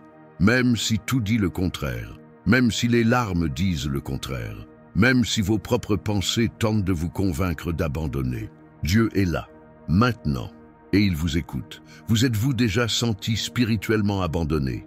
Avez-vous déjà assisté à un service où tout le monde adorait et vous vouliez juste disparaître? Vous êtes-vous déjà mis à genoux et avez senti vos mots atteindre le plafond et revenir? Alors commentez maintenant, même en silence, j'ai confiance. Parce que ce commentaire n'est pas qu'une phrase, c'est un cri de foi au milieu de la douleur. C'est sa façon de dire au ciel et à l'enfer, je suis toujours là, blessé, mais ferme, ne pas ressentir, mais croire. Et maintenant, arrêtons-nous. Un instant, respirez profondément, fermez les yeux et imaginez Jésus s'approchant de vous, pas pressé, pas avec jugement, mais avec compassion, avec les mains tendues et avec des yeux qui transpercent votre âme. Il n'a pas besoin d'explication. Il sait ce que vous portez, il connaît le désert auquel vous faites face et il n'est pas venu pour vous accuser. Il est venu vous rappeler, je suis toujours avec vous. Et ce souvenir est suffisant pour vous permettre de continuer. Car au fond, ce n'est pas l'absence de souffrance qui fait tenir le coup. C'est la présence d'un espoir qui ne meurt pas. Et cette espérance a un nom, Jésus. Il sait ce que c'est de se sentir impuissant. Sur la croix, il a crié les mêmes paroles que David. « Mon Dieu, pourquoi m'as-tu abandonné ?» Il a connu l'abandon pour qu'aujourd'hui, vous ayez accès à la présence. Il a été blessé pour qu'aujourd'hui vous puissiez être guéri. Il a été rejeté pour qu'aujourd'hui vous soyez accepté. Alors, ne croyez pas aux mensonges du silence. Dieu travaille, et quand il se lèvera pour agir, tout prendra un sens. Mais la question à laquelle vous devez faire face maintenant est la suivante. Le silence de Dieu est-il vraiment un abandon, ou vous appelle-t-il à un niveau de foi plus profond? Tout silence n'est pas une absence. Parfois, c'est une invitation. Invitation à faire confiance, à mûrir, à approfondir. Si ce mot vous a interpellé et touché là où personne ne le fait, écrivez dans les commentaires. Même sans le ressentir, j'y crois encore. Et si ce message peut guérir quelqu'un qui est sur le point d'abandonner, partagez. Votre contact pourrait être l'aide que quelqu'un demande silencieusement. Mais ce n'est pas tout. Quelque chose d'encore plus puissant est sur le point d'être révélé. Car si même David, l'homme selon le cœur de Dieu, s'est senti spirituellement abandonné, que dire lorsque l'abandon vient précisément de ceux qui devraient nous accueillir? Et voici la partie la plus impressionnante de cette histoire. Après tant de blessures causées par les rejets extérieurs de la famille, des amis, des relations, il y a une douleur qui est plus profonde que toutes les autres. La douleur d'être abandonné par ceux qui devraient vous accueillir spirituellement. Et lorsque cet abandon vient de ceux qui représentent Dieu sur terre, l'impact est écrasant. L'âme se contracte, le cœur se ferme et l'esprit se tait.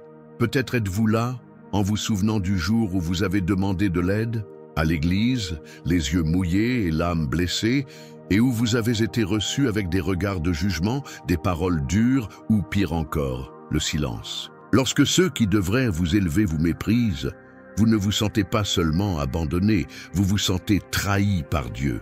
Mais, et si je vous disais que cette douleur n'est pas ignorée par lui, que Jésus a également vu cette blessure de près et a tenu à la toucher? La scène dans laquelle nous allons plonger maintenant est l'une des plus subversives de toute l'Écriture. C'est comme s'il s'agissait d'une dénonciation divine contre le système religieux qui prétend représenter la compassion de Dieu, mais ferme les yeux sur ceux qui sont laissés pour compte. La route entre Jérusalem et Jéricho, un chemin dangereux et sinueux, devient une scène de révélation spirituelle. Un homme est battu, volé, laissé presque mort sur le sol. Et la suite est déchirante. Un prêtre passe à côté de lui, mais ne s'arrête pas. Un lévite aussi, et il fait de même. Tous deux étaient des hommes de foi, représentants de la spiritualité. Mais ils sont passés tout droit, ils l'ont ignoré, ils faisaient semblant de ne pas voir. Combien de fois cela arrive-t-il aujourd'hui? Vous êtes tombés, et ceux qui portent la Bible dans leurs bras détournent le regard. Le temple continue de fonctionner, les offices continuent normalement, les chorales chantent. Mais vous êtes toujours au sol, ensanglantés et invisibles, jusqu'à ce que quelque chose de surprenant se produise. Un Samaritain apparaît, un homme méprisé par la religion de l'époque, quelqu'un qui n'était pas considéré comme pur, qui n'était pas le bienvenu dans les lieux saints. Cet homme voit, arrête, touche, soigne et porte. Il n'était ni prêtre, ni lévite, ni théologien, mais il avait de la compassion. L'Écriture dit: « Mais un Samaritain qui était en voyage s'approcha de lui, et l'ayant aperçu, il fut ému de compassion. » Luc 10, 33. Et à ce moment-là, Jésus nous donne une leçon qui déconstruit toute l'idée de religiosité qui exclut. Il montre que le véritable cœur de Dieu ne se trouve pas dans la fonction, ni dans la liturgie, mais dans la compassion. Peut-être vous identifiez-vous davantage à l'homme déchu qu'à tout autre personnage de la parabole. Vous avez été battu non pas par des voleurs, mais par des paroles.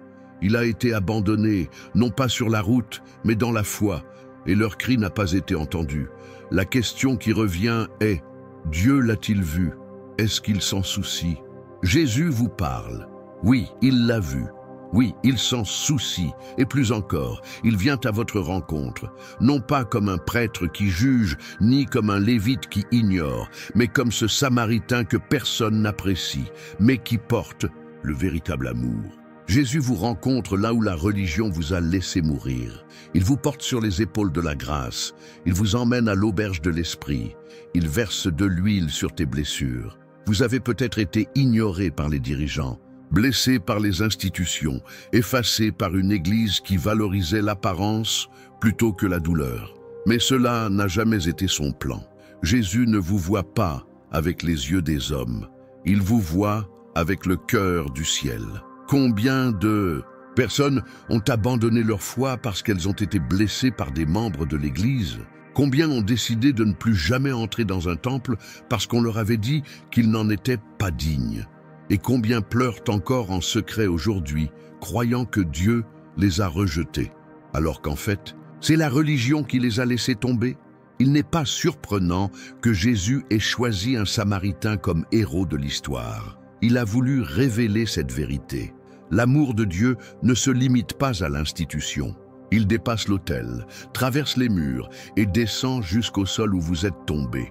Ce qui vous a été refusé par les hommes sera restauré par le ciel. Votre douleur spirituelle n'est pas invisible à Dieu. Il relève aujourd'hui ceux qui ont été écrasés par des dirigeants compatissants. Jésus dit « Je t'ai vu, je ne t'ai jamais quitté. C'est moi qui m'arrête pour toi. » Commentez maintenant. Jésus est plus grand que la religion. Si cette parole vous a confronté, vous a guéri ou vous a libéré, écrivez cette vérité dans les commentaires et partagez-la avec quelqu'un qui a également été blessé par ceux qui prétendaient représenter la foi. Et si vous portez encore les marques laissées par les dirigeants, sachez, Jésus ne veut pas que vous soyez loin, il veut te guérir. Vous n'avez plus besoin d'avoir peur de Dieu à cause de l'attitude des hommes. Il ne se révèle pas seulement dans la chair, mais dans l'embrassement, dans la compassion, dans la grâce qui vient de la croix. Et elle continue à bras ouverts pour vous. Peu importe combien de personnes t'ont rejeté au nom de Dieu, il dit aujourd'hui clairement et personnellement, « Mon fils, je n'ai jamais été contre toi. C'est moi qui suis descendu du chemin pour t'élever. » Mais ce n'est pas tout. Il existe une douleur encore plus profonde, celle que vous ne pouvez même pas nommer. Une sorte de vide qui n'a été causé ni par les gens, ni par les dirigeants, ni par des déceptions visibles. C'est un vide existentiel qui nous consume de l'intérieur et rend même la foi incolore. Voulez-vous savoir ce que c'est? Alors, reste avec moi, car la suite pourrait complètement changer la façon dont tu vois ton âme. La culpabilité ne commence pas toujours par une erreur. Parfois, cela commence par le silence. Le genre de silence qui envahit l'âme quand on regarde en arrière et qu'on pense « Si j'avais fait les choses différemment, est-ce que tout aurait changé ?» Il y a des gens qui ne dorment pas parce qu'ils sont coincés dans des répétitions mentales de situations qu'ils ne peuvent plus résoudre. Et le plus cruel dans tout cela, c'est qu'à l'extérieur, ils continuent de fonctionner, mais à l'intérieur, ils sont déchirés. Certaines de ces personnes regardent peut-être même cette vidéo maintenant, et elles portent une douleur qu'elles ne peuvent même pas admettre, la culpabilité de l'abandon, mais pas l'abandon des autres, la culpabilité d'avoir été d'une manière ou d'une autre responsables du fait d'avoir repoussé celui qu'ils aimaient, soit par des paroles dures, soit parce qu'ils n'ont pas pu empêcher une tragédie. Et lorsque ce sentiment s'installe, il ronge l'identité, aspire la paix et transforme le présent en une cour éternelle. Dans la Bible, il y a un contraste qui fait mal. 2 hommes, 2 disciples, tous 2 ont laissé tomber Jésus. Mais ils ont connu des destins complètement différents, Judas et Pierre. L'un d'eux a livré Jésus pour quelques pièces de monnaie. L'autre l'a renié à 3 reprises, au moment le plus décisif de l'histoire. Ils ont tous les 2 commis une erreur. Ils éprouvèrent tous 2 des remords. Mais un seul d'entre eux est revenu. Judas était rongé par la culpabilité. Il a essayé de restituer l'argent. Il a essayé de réparer l'erreur. Il a essayé d'une manière ou d'une autre de réparer le passé. Mais quand il a réalisé qu'il ne pouvait pas changer ce qu'il avait fait, il a choisi la mort. La douleur était telle qu'il préférait rester silencieux pour toujours plutôt que d'affronter la possibilité d'être pardonné. Peter a aussi pleuré amèrement, mais il a attendu. Il a pleuré, mais n'a pas abandonné. Il est tombé, mais il ne s'est pas enfui. La différence entre les 2 ne résidait pas dans l'erreur, mais dans le sort qu'ils accordaient à leur propre souffrance. Et c'est là que quelque chose de puissant se produit. Lorsque Jésus est ressuscité, il ne s'en prend pas à Pilate. Il n'affronte pas Caïphe. Ne vous moquez pas de Rome. Il s'en prend à Pedro. Et quand il le retrouve, il ne l'accuse pas. Il ne répète pas « Pourquoi m'as-tu refusé ?» Au lieu de cela, il demande « M'aimes-tu » 3 fois, 1 pour chaque refus. Et à la fin, Jésus dit « paie mes brebis. Pierre n'est pas seulement pardonné, il est restauré. La mission qui semblait perdue lui est rendue avec encore plus d'autorité. Combien aujourd'hui vivent comme Judas, alors qu'ils pourraient vivre comme Pierre? Combien de personnes croient que l'erreur est la fin du processus, alors qu'en réalité, elle peut être le point de départ d'une nouvelle histoire avec Jésus? La culpabilité que vous portez est-elle vraiment juste, ou est-ce un poison de l'ennemi pour vous empêcher de voir qu'il y a encore du pardon, qu'il y a encore un but, qu'il y a encore de la grâce dans votre vie? Si ce message vous a confronté, commentez maintenant « Jésus, rends-moi ». Parce que peut-être tu n'as pas besoin d'une nouvelle vie, tu as juste besoin d'une nouvelle chance. Et Jésus est là pour vous donner cette chance. Peut-être que le poids que vous portez aujourd'hui n'est même pas dû à quelque chose que vous avez fait, mais à quelque chose que vous ne pouviez pas arrêter. Un père qui n'a pas pu empêcher la destruction de sa propre famille. Une mère qui s'en veut de ne pas protéger son fils comme elle l'aurait souhaité. Un ami qui se condamne encore aujourd'hui pour ne pas avoir remarqué les signes de quelqu'un qui était au bord du gouffre. Mais écoutez bien, le sang de Jésus ne couvre pas seulement les péchés que vous confessez. Cela guérit également des traumatismes que vous ne pouvez pas expliquer. Il restaure les zones que vous ne pouvez même pas toucher seul. Et peut-être que votre plus grande erreur aujourd'hui est de continuer à vous punir pour quelque chose que Jésus a déjà décidé de pardonner. Judas a examiné sa propre erreur et a dit « Il n'y a pas d'autre moyen ». Pierre regarde le visage de Jésus et comprend « Il y a encore de l'espoir ». C'est le choix qui s'offre à vous maintenant. Et ce n'est pas un choix théorique, c'est un choix spirituel. C'est le choix d'arrêter de se définir par la douleur. C'est la décision d'arrêter de regarder ce que vous avez détruit et de commencer à voir ce que Jésus veut encore reconstruire dans votre vie. La douleur la plus intense ne vient pas toujours de quelque chose que quelqu'un vous a fait. Parfois, cela vient de quelque chose que vous avez sincèrement proposé et qui a été rejeté. Aimer profondément et ne pas recevoir de réciprocité, donner le meilleur de soi-même et ne pas être valorisé est une forme d'abandon silencieux qui ronge de l'intérieur. Et le plus choquant est de réaliser que même Jésus a fait face à cela. Oui, Jésus, l'amour lui-même incarné, aimait les gens qui le rejetaient, pleurait pour eux et n'était toujours pas compris. Cela change tout, parce que même si lui a vécu cela, alors vous n'êtes pas seul. La scène est déchirante. Jésus est sur le point d'entrer à Jérusalem pour la dernière fois. Il ne s'agit pas d'une arrivée triomphale au sens politique, auquel beaucoup s'attendaient, mais d'une entrée marquée par un cri silencieux, profond et rempli de douleur. Le Fils de Dieu, le Messie, Emmanuel, s'approche de la ville et pleure. Il pleure comme quelqu'un qui aime trop, mais qui est ignoré. Comme quelqu'un qui a tendu la main tant de fois et n'a reçu que le silence. Le texte de Luc 19, 41 dit « Et comme il arrivait, il vit la ville et pleura sur elle. » Et dans Luc 13, 34, il dit « Jérusalem, Jérusalem, qui tue les prophètes et lapide ceux qui t'ont été envoyés. Combien de fois ai-je voulu rassembler tes enfants comme une poule rassemble ses poules sous ses ailes et tu n'as pas voulu. » Notez le détail. Jésus ne pleure pas parce qu'il est physiquement blessé. Il pleure pour aimer et ne pas être aimé, pour avoir essayé et été rejeté. Il s'identifie à votre douleur, celle d'aimer quelqu'un, et de voir l'indifférence comme une réponse. Cette douleur de prier pour quelqu'un, de prendre soin de quelqu'un, d'attendre quelque chose de quelqu'un, et de voir qu'au fond, cette personne s'en fiche. Jésus sait exactement à quoi ça ressemble. Combien de fois avez-vous essayé d'aimer quelqu'un qui ne vous reconnaissait pas, qui a tourné son visage, qui s'est moqué, qui a choisi d'autres chemins? Peut-être que ce quelqu'un est un fils ou un conjoint, peut-être un ami, peut-être une personne que vous avez embrassée dans votre cœur et qui agit aujourd'hui comme si vous n'aviez jamais existé.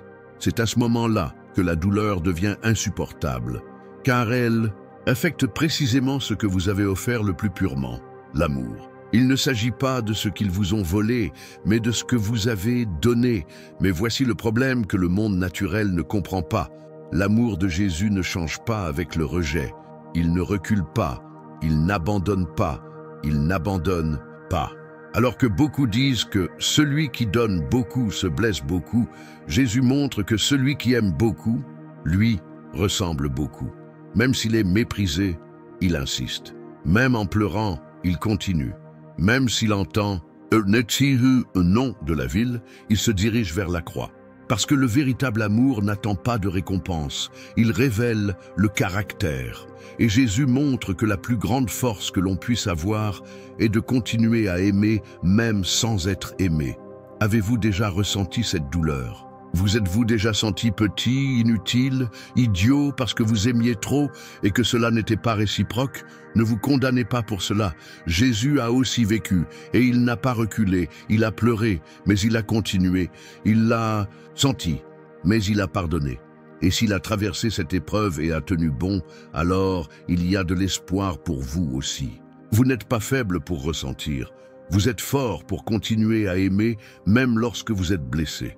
Peut-être que quelqu'un vous a déjà dit « tu aimes trop, c'est pour ça que tu souffres ». Mais et si je vous disais que ce n'est pas de la faiblesse, et si ce que le monde appelle des absurdités était précisément ce qui vous rapproche le plus de Jésus? Et si cet amour qui vous a blessé était le même amour que Dieu utilise pour vous façonner? Commentez maintenant « Même sans retour, je choisis d'aimer comme Jésus ». C'est plus qu'un commentaire. C'est une décision spirituelle. C'est déclarer que la douleur ne vous endurcira pas. C'est dire à l'enfer que tu ne deviendras pas froid, indifférent, vengeur. C'est une livraison. Et c'est à ce moment précis que l'histoire fait un bond. Parce que la douleur de Jésus pour Jérusalem n'a pas empêché le projet de la croix. Au contraire, c'est le carburant qui l'a amené jusqu'à elle. Aimer sans être aimé faisait partie de la mission. Et peut-être, juste peut-être, ce que vous vivez aujourd'hui, ce sentiment d'être ignoré, méprisé ou oublié, fait également partie de quelque chose de bien plus grand qui est en train de se construire. Vous ne le voyez pas maintenant, mais tu comprendras plus tard. La douleur d'aimer et de ne pas être aimé peut être l'une des plus cruelles, mais c'est aussi l'un des plus sacrés, parce que cela vous connecte directement au cœur de Jésus. Il n'y a pas de douleur plus semblable à la sienne que celle-ci. Et savez-vous ce que cela signifie? Qu'à ce moment précis, pendant que vous ressentez ce que vous ressentez, le ciel vous comprend. Jésus vous comprend. Il a pleuré d'amour. Et il continue de pleurer, c'est pour toi.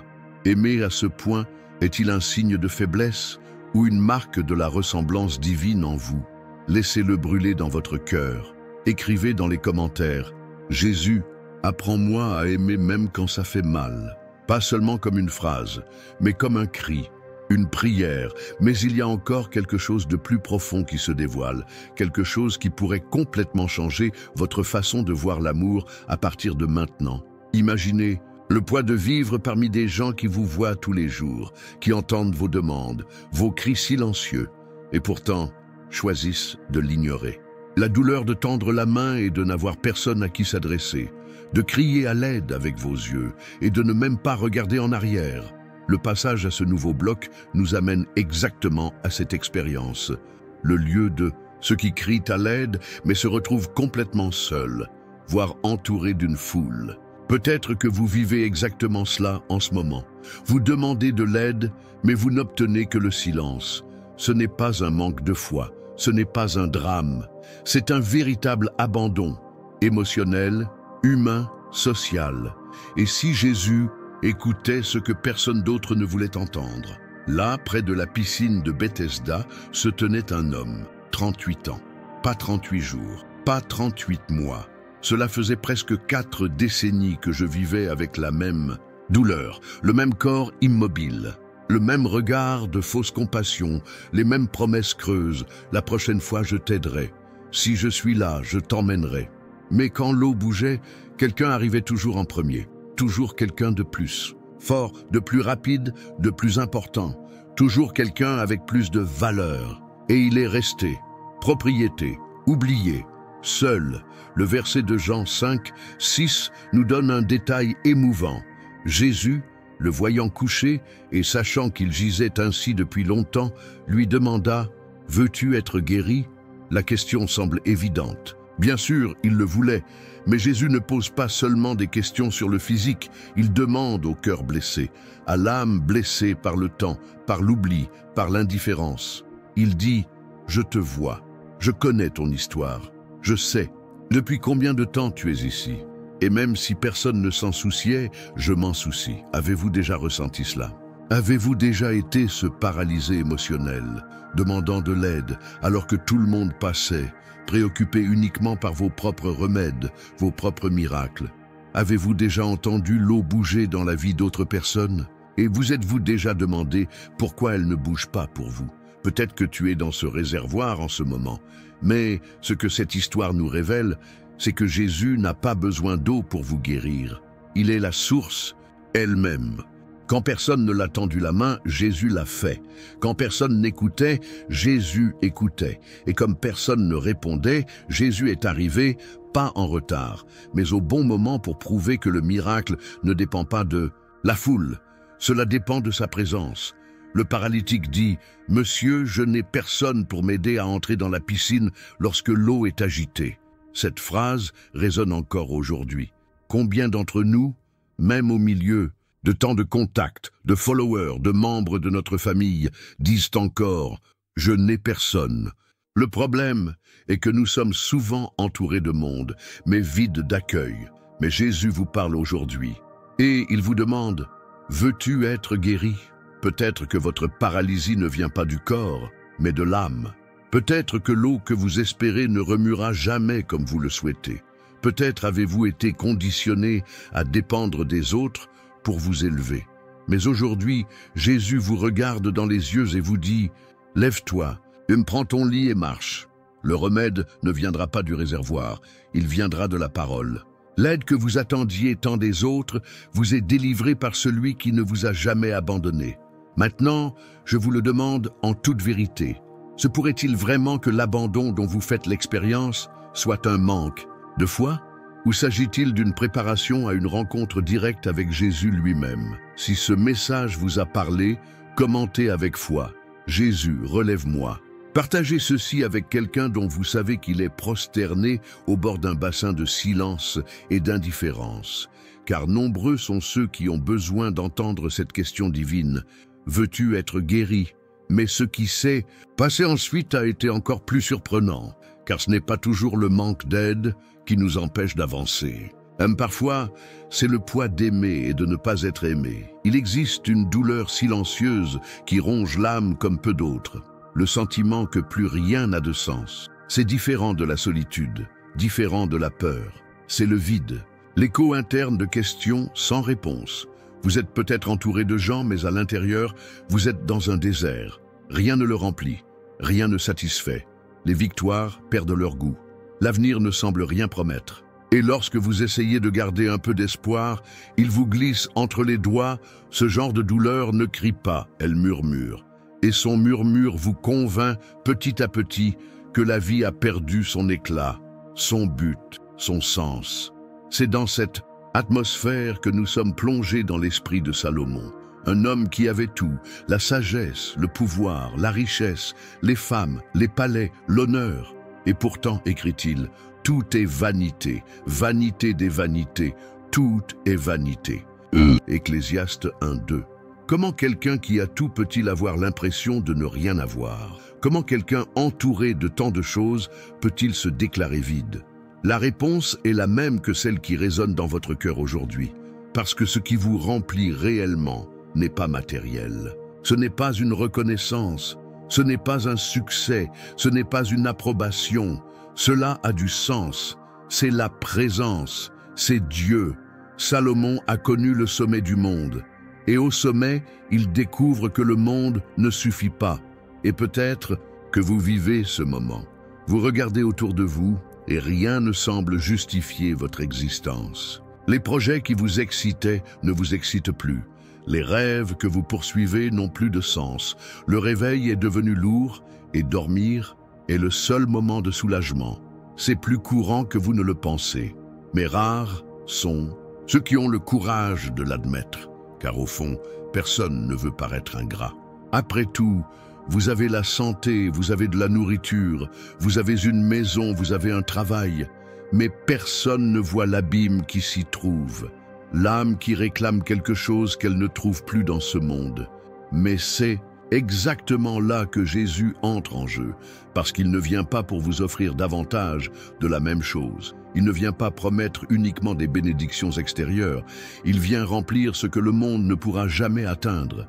L'intérieur, la racine du vide, l'absence de sens. Et c'est pourquoi il déclare dans Jean 10, 10, « Je suis venu afin qu'ils aient la vie et qu'ils l'aient en abondance. » Cette abondance n'a rien à voir avec un compte bancaire ou un emploi du temps chargé.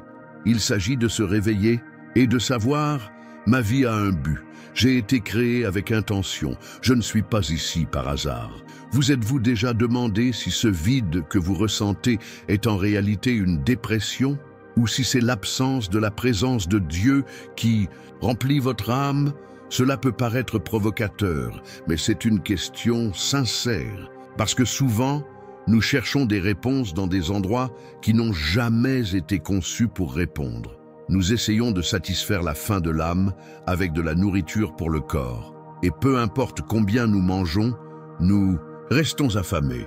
Salomon essaya de combler son vide avec tout ce que le monde pouvait offrir. Finalement, il comprit. Souviens-toi de ton Créateur au jour de ta jeunesse. Ecclésiaste 12, 1. Car sans le Créateur, la créature vit perdue. Et quand on comprend cela, tout change. Jésus vous parle maintenant et il veut vous le rappeler. Votre vie a de la valeur, même quand tu ne le sens pas, même si tout autour de vous dit le contraire. Il dit « J'ai encore des projets pour toi. Je suis toujours la direction de ton voyage. » Si ce mot vous a confronté, commentez maintenant « Jésus est mon sens ». Et si vous pensez que quelqu'un a besoin d'entendre cela, partagez cette vidéo avec courage. Cela pourrait être le germe du salut dans la vie de quelqu'un qui est sur le point d'abandonner. Et voici la partie la plus étonnante de ce voyage. Car après avoir affronté le vide, Jésus veut que vous sachiez que même dans l'abandon le plus profond, il n'a jamais cessé d'envoyer du réconfort. Après tant d'histoires, tant de douleurs ouvertes et guéries à la lumière de la parole, il reste une vérité qui doit être dite haut et fort. Vous n'êtes pas seul. Et même si toutes les évidences autour de toi crient le contraire, même si les vents soufflent la solitude dans tes oreilles, même si la pièce est sombre, la rue est vide et ton cœur est fatigué, Jésus est avec toi. Et il le prouve d'une manière que peu de gens réalisent. Au moment où lui-même se trouvait au sommet de la solitude, il n'est pas resté sans consolation.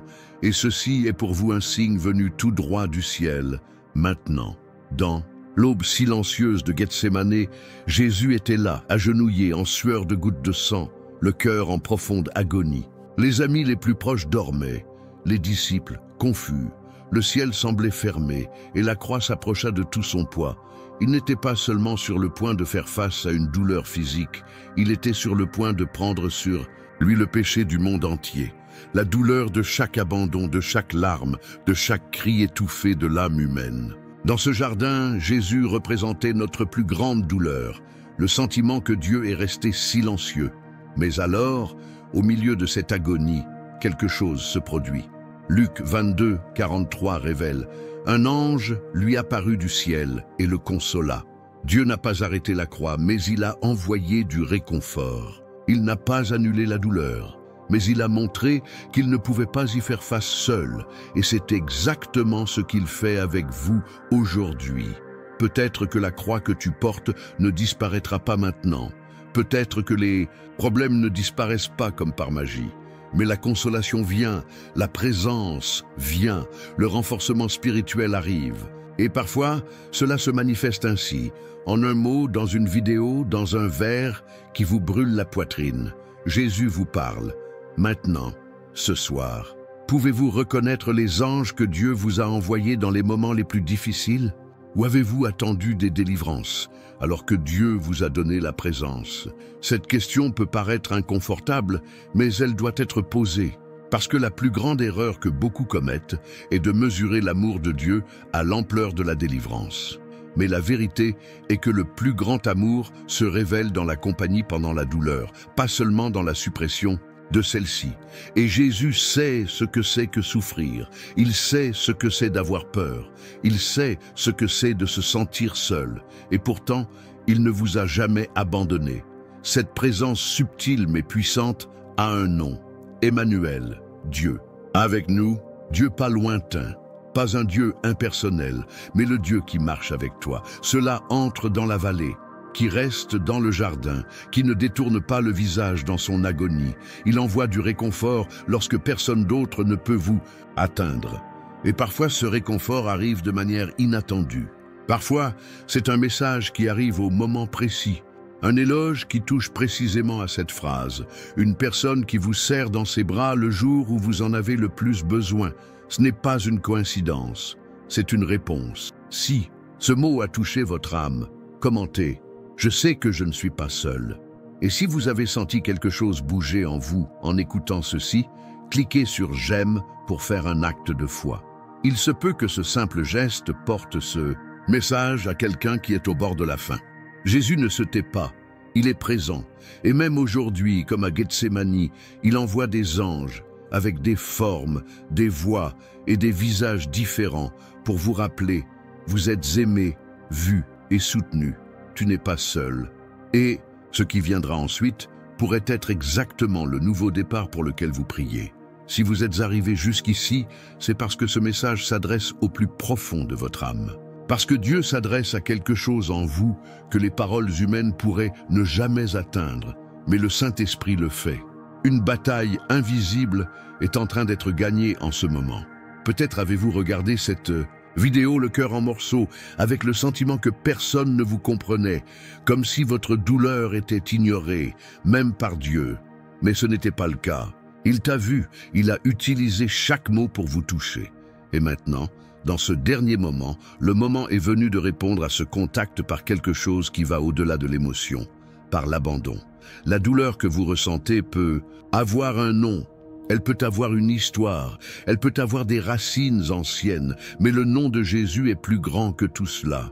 Il est le seul qui entre là où personne n'entre, qui guérit ce que personne ne voit, qui comprend ce que même vous ne pouvez pas expliquer. Et c'est pourquoi, maintenant, je veux vous inviter à prier. Respirez profondément. Permettez-vous de ressentir cette présence qui est là avec vous. Fermez les yeux un instant et imaginez Jésus vous regardant avec compassion, tendant la main et disant « Je suis là ». Il n'est pas distant, indifférent ou trop occupé. Il est avec vous, maintenant. Seigneur Jésus, nous nous tenons devant toi en ce moment, brisés mais pleins d'espoir. Parce que même lorsque nous nous sentons vides, ta présence nous remplit. Même lorsque tout semble dénué de sens, ta parole donne la direction. Et même lorsque l'abandon crie, ton amour murmure plus fort, tu n'es pas seul. Père, rends visite à chaque personne qui prie avec moi maintenant. Touchez là où les traumatismes se sont cachés. Guéris là où l'âme saigne. Restaure là où la foi s'est affaiblie. Cela vous libère du poids de la solitude, de la douleur, de ne pas être aimé, de l'angoisse de ne pas ressentir assez. Que chaque larme versée soit désormais une graine de guérison, que le désespoir se transforme en foi, et que la nuit obscure révèle l'éclat de ta lumière. Nous vous donnons tout. Viens, Jésus, et demeure dans les vides que toi seul sais combler. En ton nom nous prions. Amen. Si vous avez vraiment prié, si chaque mot a trouvé un écho dans votre poitrine, c'est parce que Dieu œuvre dans votre vie. N'ignorez pas cela, ne minimisez pas cela. C'est un tournant et vous ne pouvez pas vous arrêter là. Ce que vous allez découvrir dans la vidéo qui est maintenant à l'écran pourrait changer encore plus votre vie. Ne partez pas sans regarder, car la suite pourrait être exactement ce dont vous avez besoin pour votre libération. Le processus a commencé ici, mais il continue là-bas, avec plus de révélations, plus de guérison, plus de présence de Dieu déversé en vous. Si vous êtes arrivé jusqu'ici, écrivez dans les commentaires « Je suis arrivé jusqu'au bout ». C'est plus qu'un commentaire, c'est un témoignage, un repère spirituel. Partagez cette vidéo avec quelqu'un qui a besoin d'entendre cela. Vous pouvez être l'ange que Jésus veut utiliser pour atteindre un autre cœur. Et si vous n'êtes pas encore abonné à cette chaîne, inscrivez-vous maintenant. C'est une forme de gratitude, mais aussi un acte de foi. Chaque nouvelle vidéo est une parole envoyée du ciel pour vous. N'en manquez pas une autre. Et pour sceller ce moment d'un sceau éternel de Dieu, je vous laisse ce verset qui est plus qu'une promesse. C'est une étreinte divine. Même si mon père et ma mère m'abandonnent, le Seigneur m'accueillera. Psaume 27, 10. Tu n'es pas seul. Jésus vous parle, et il a encore bien plus à révéler.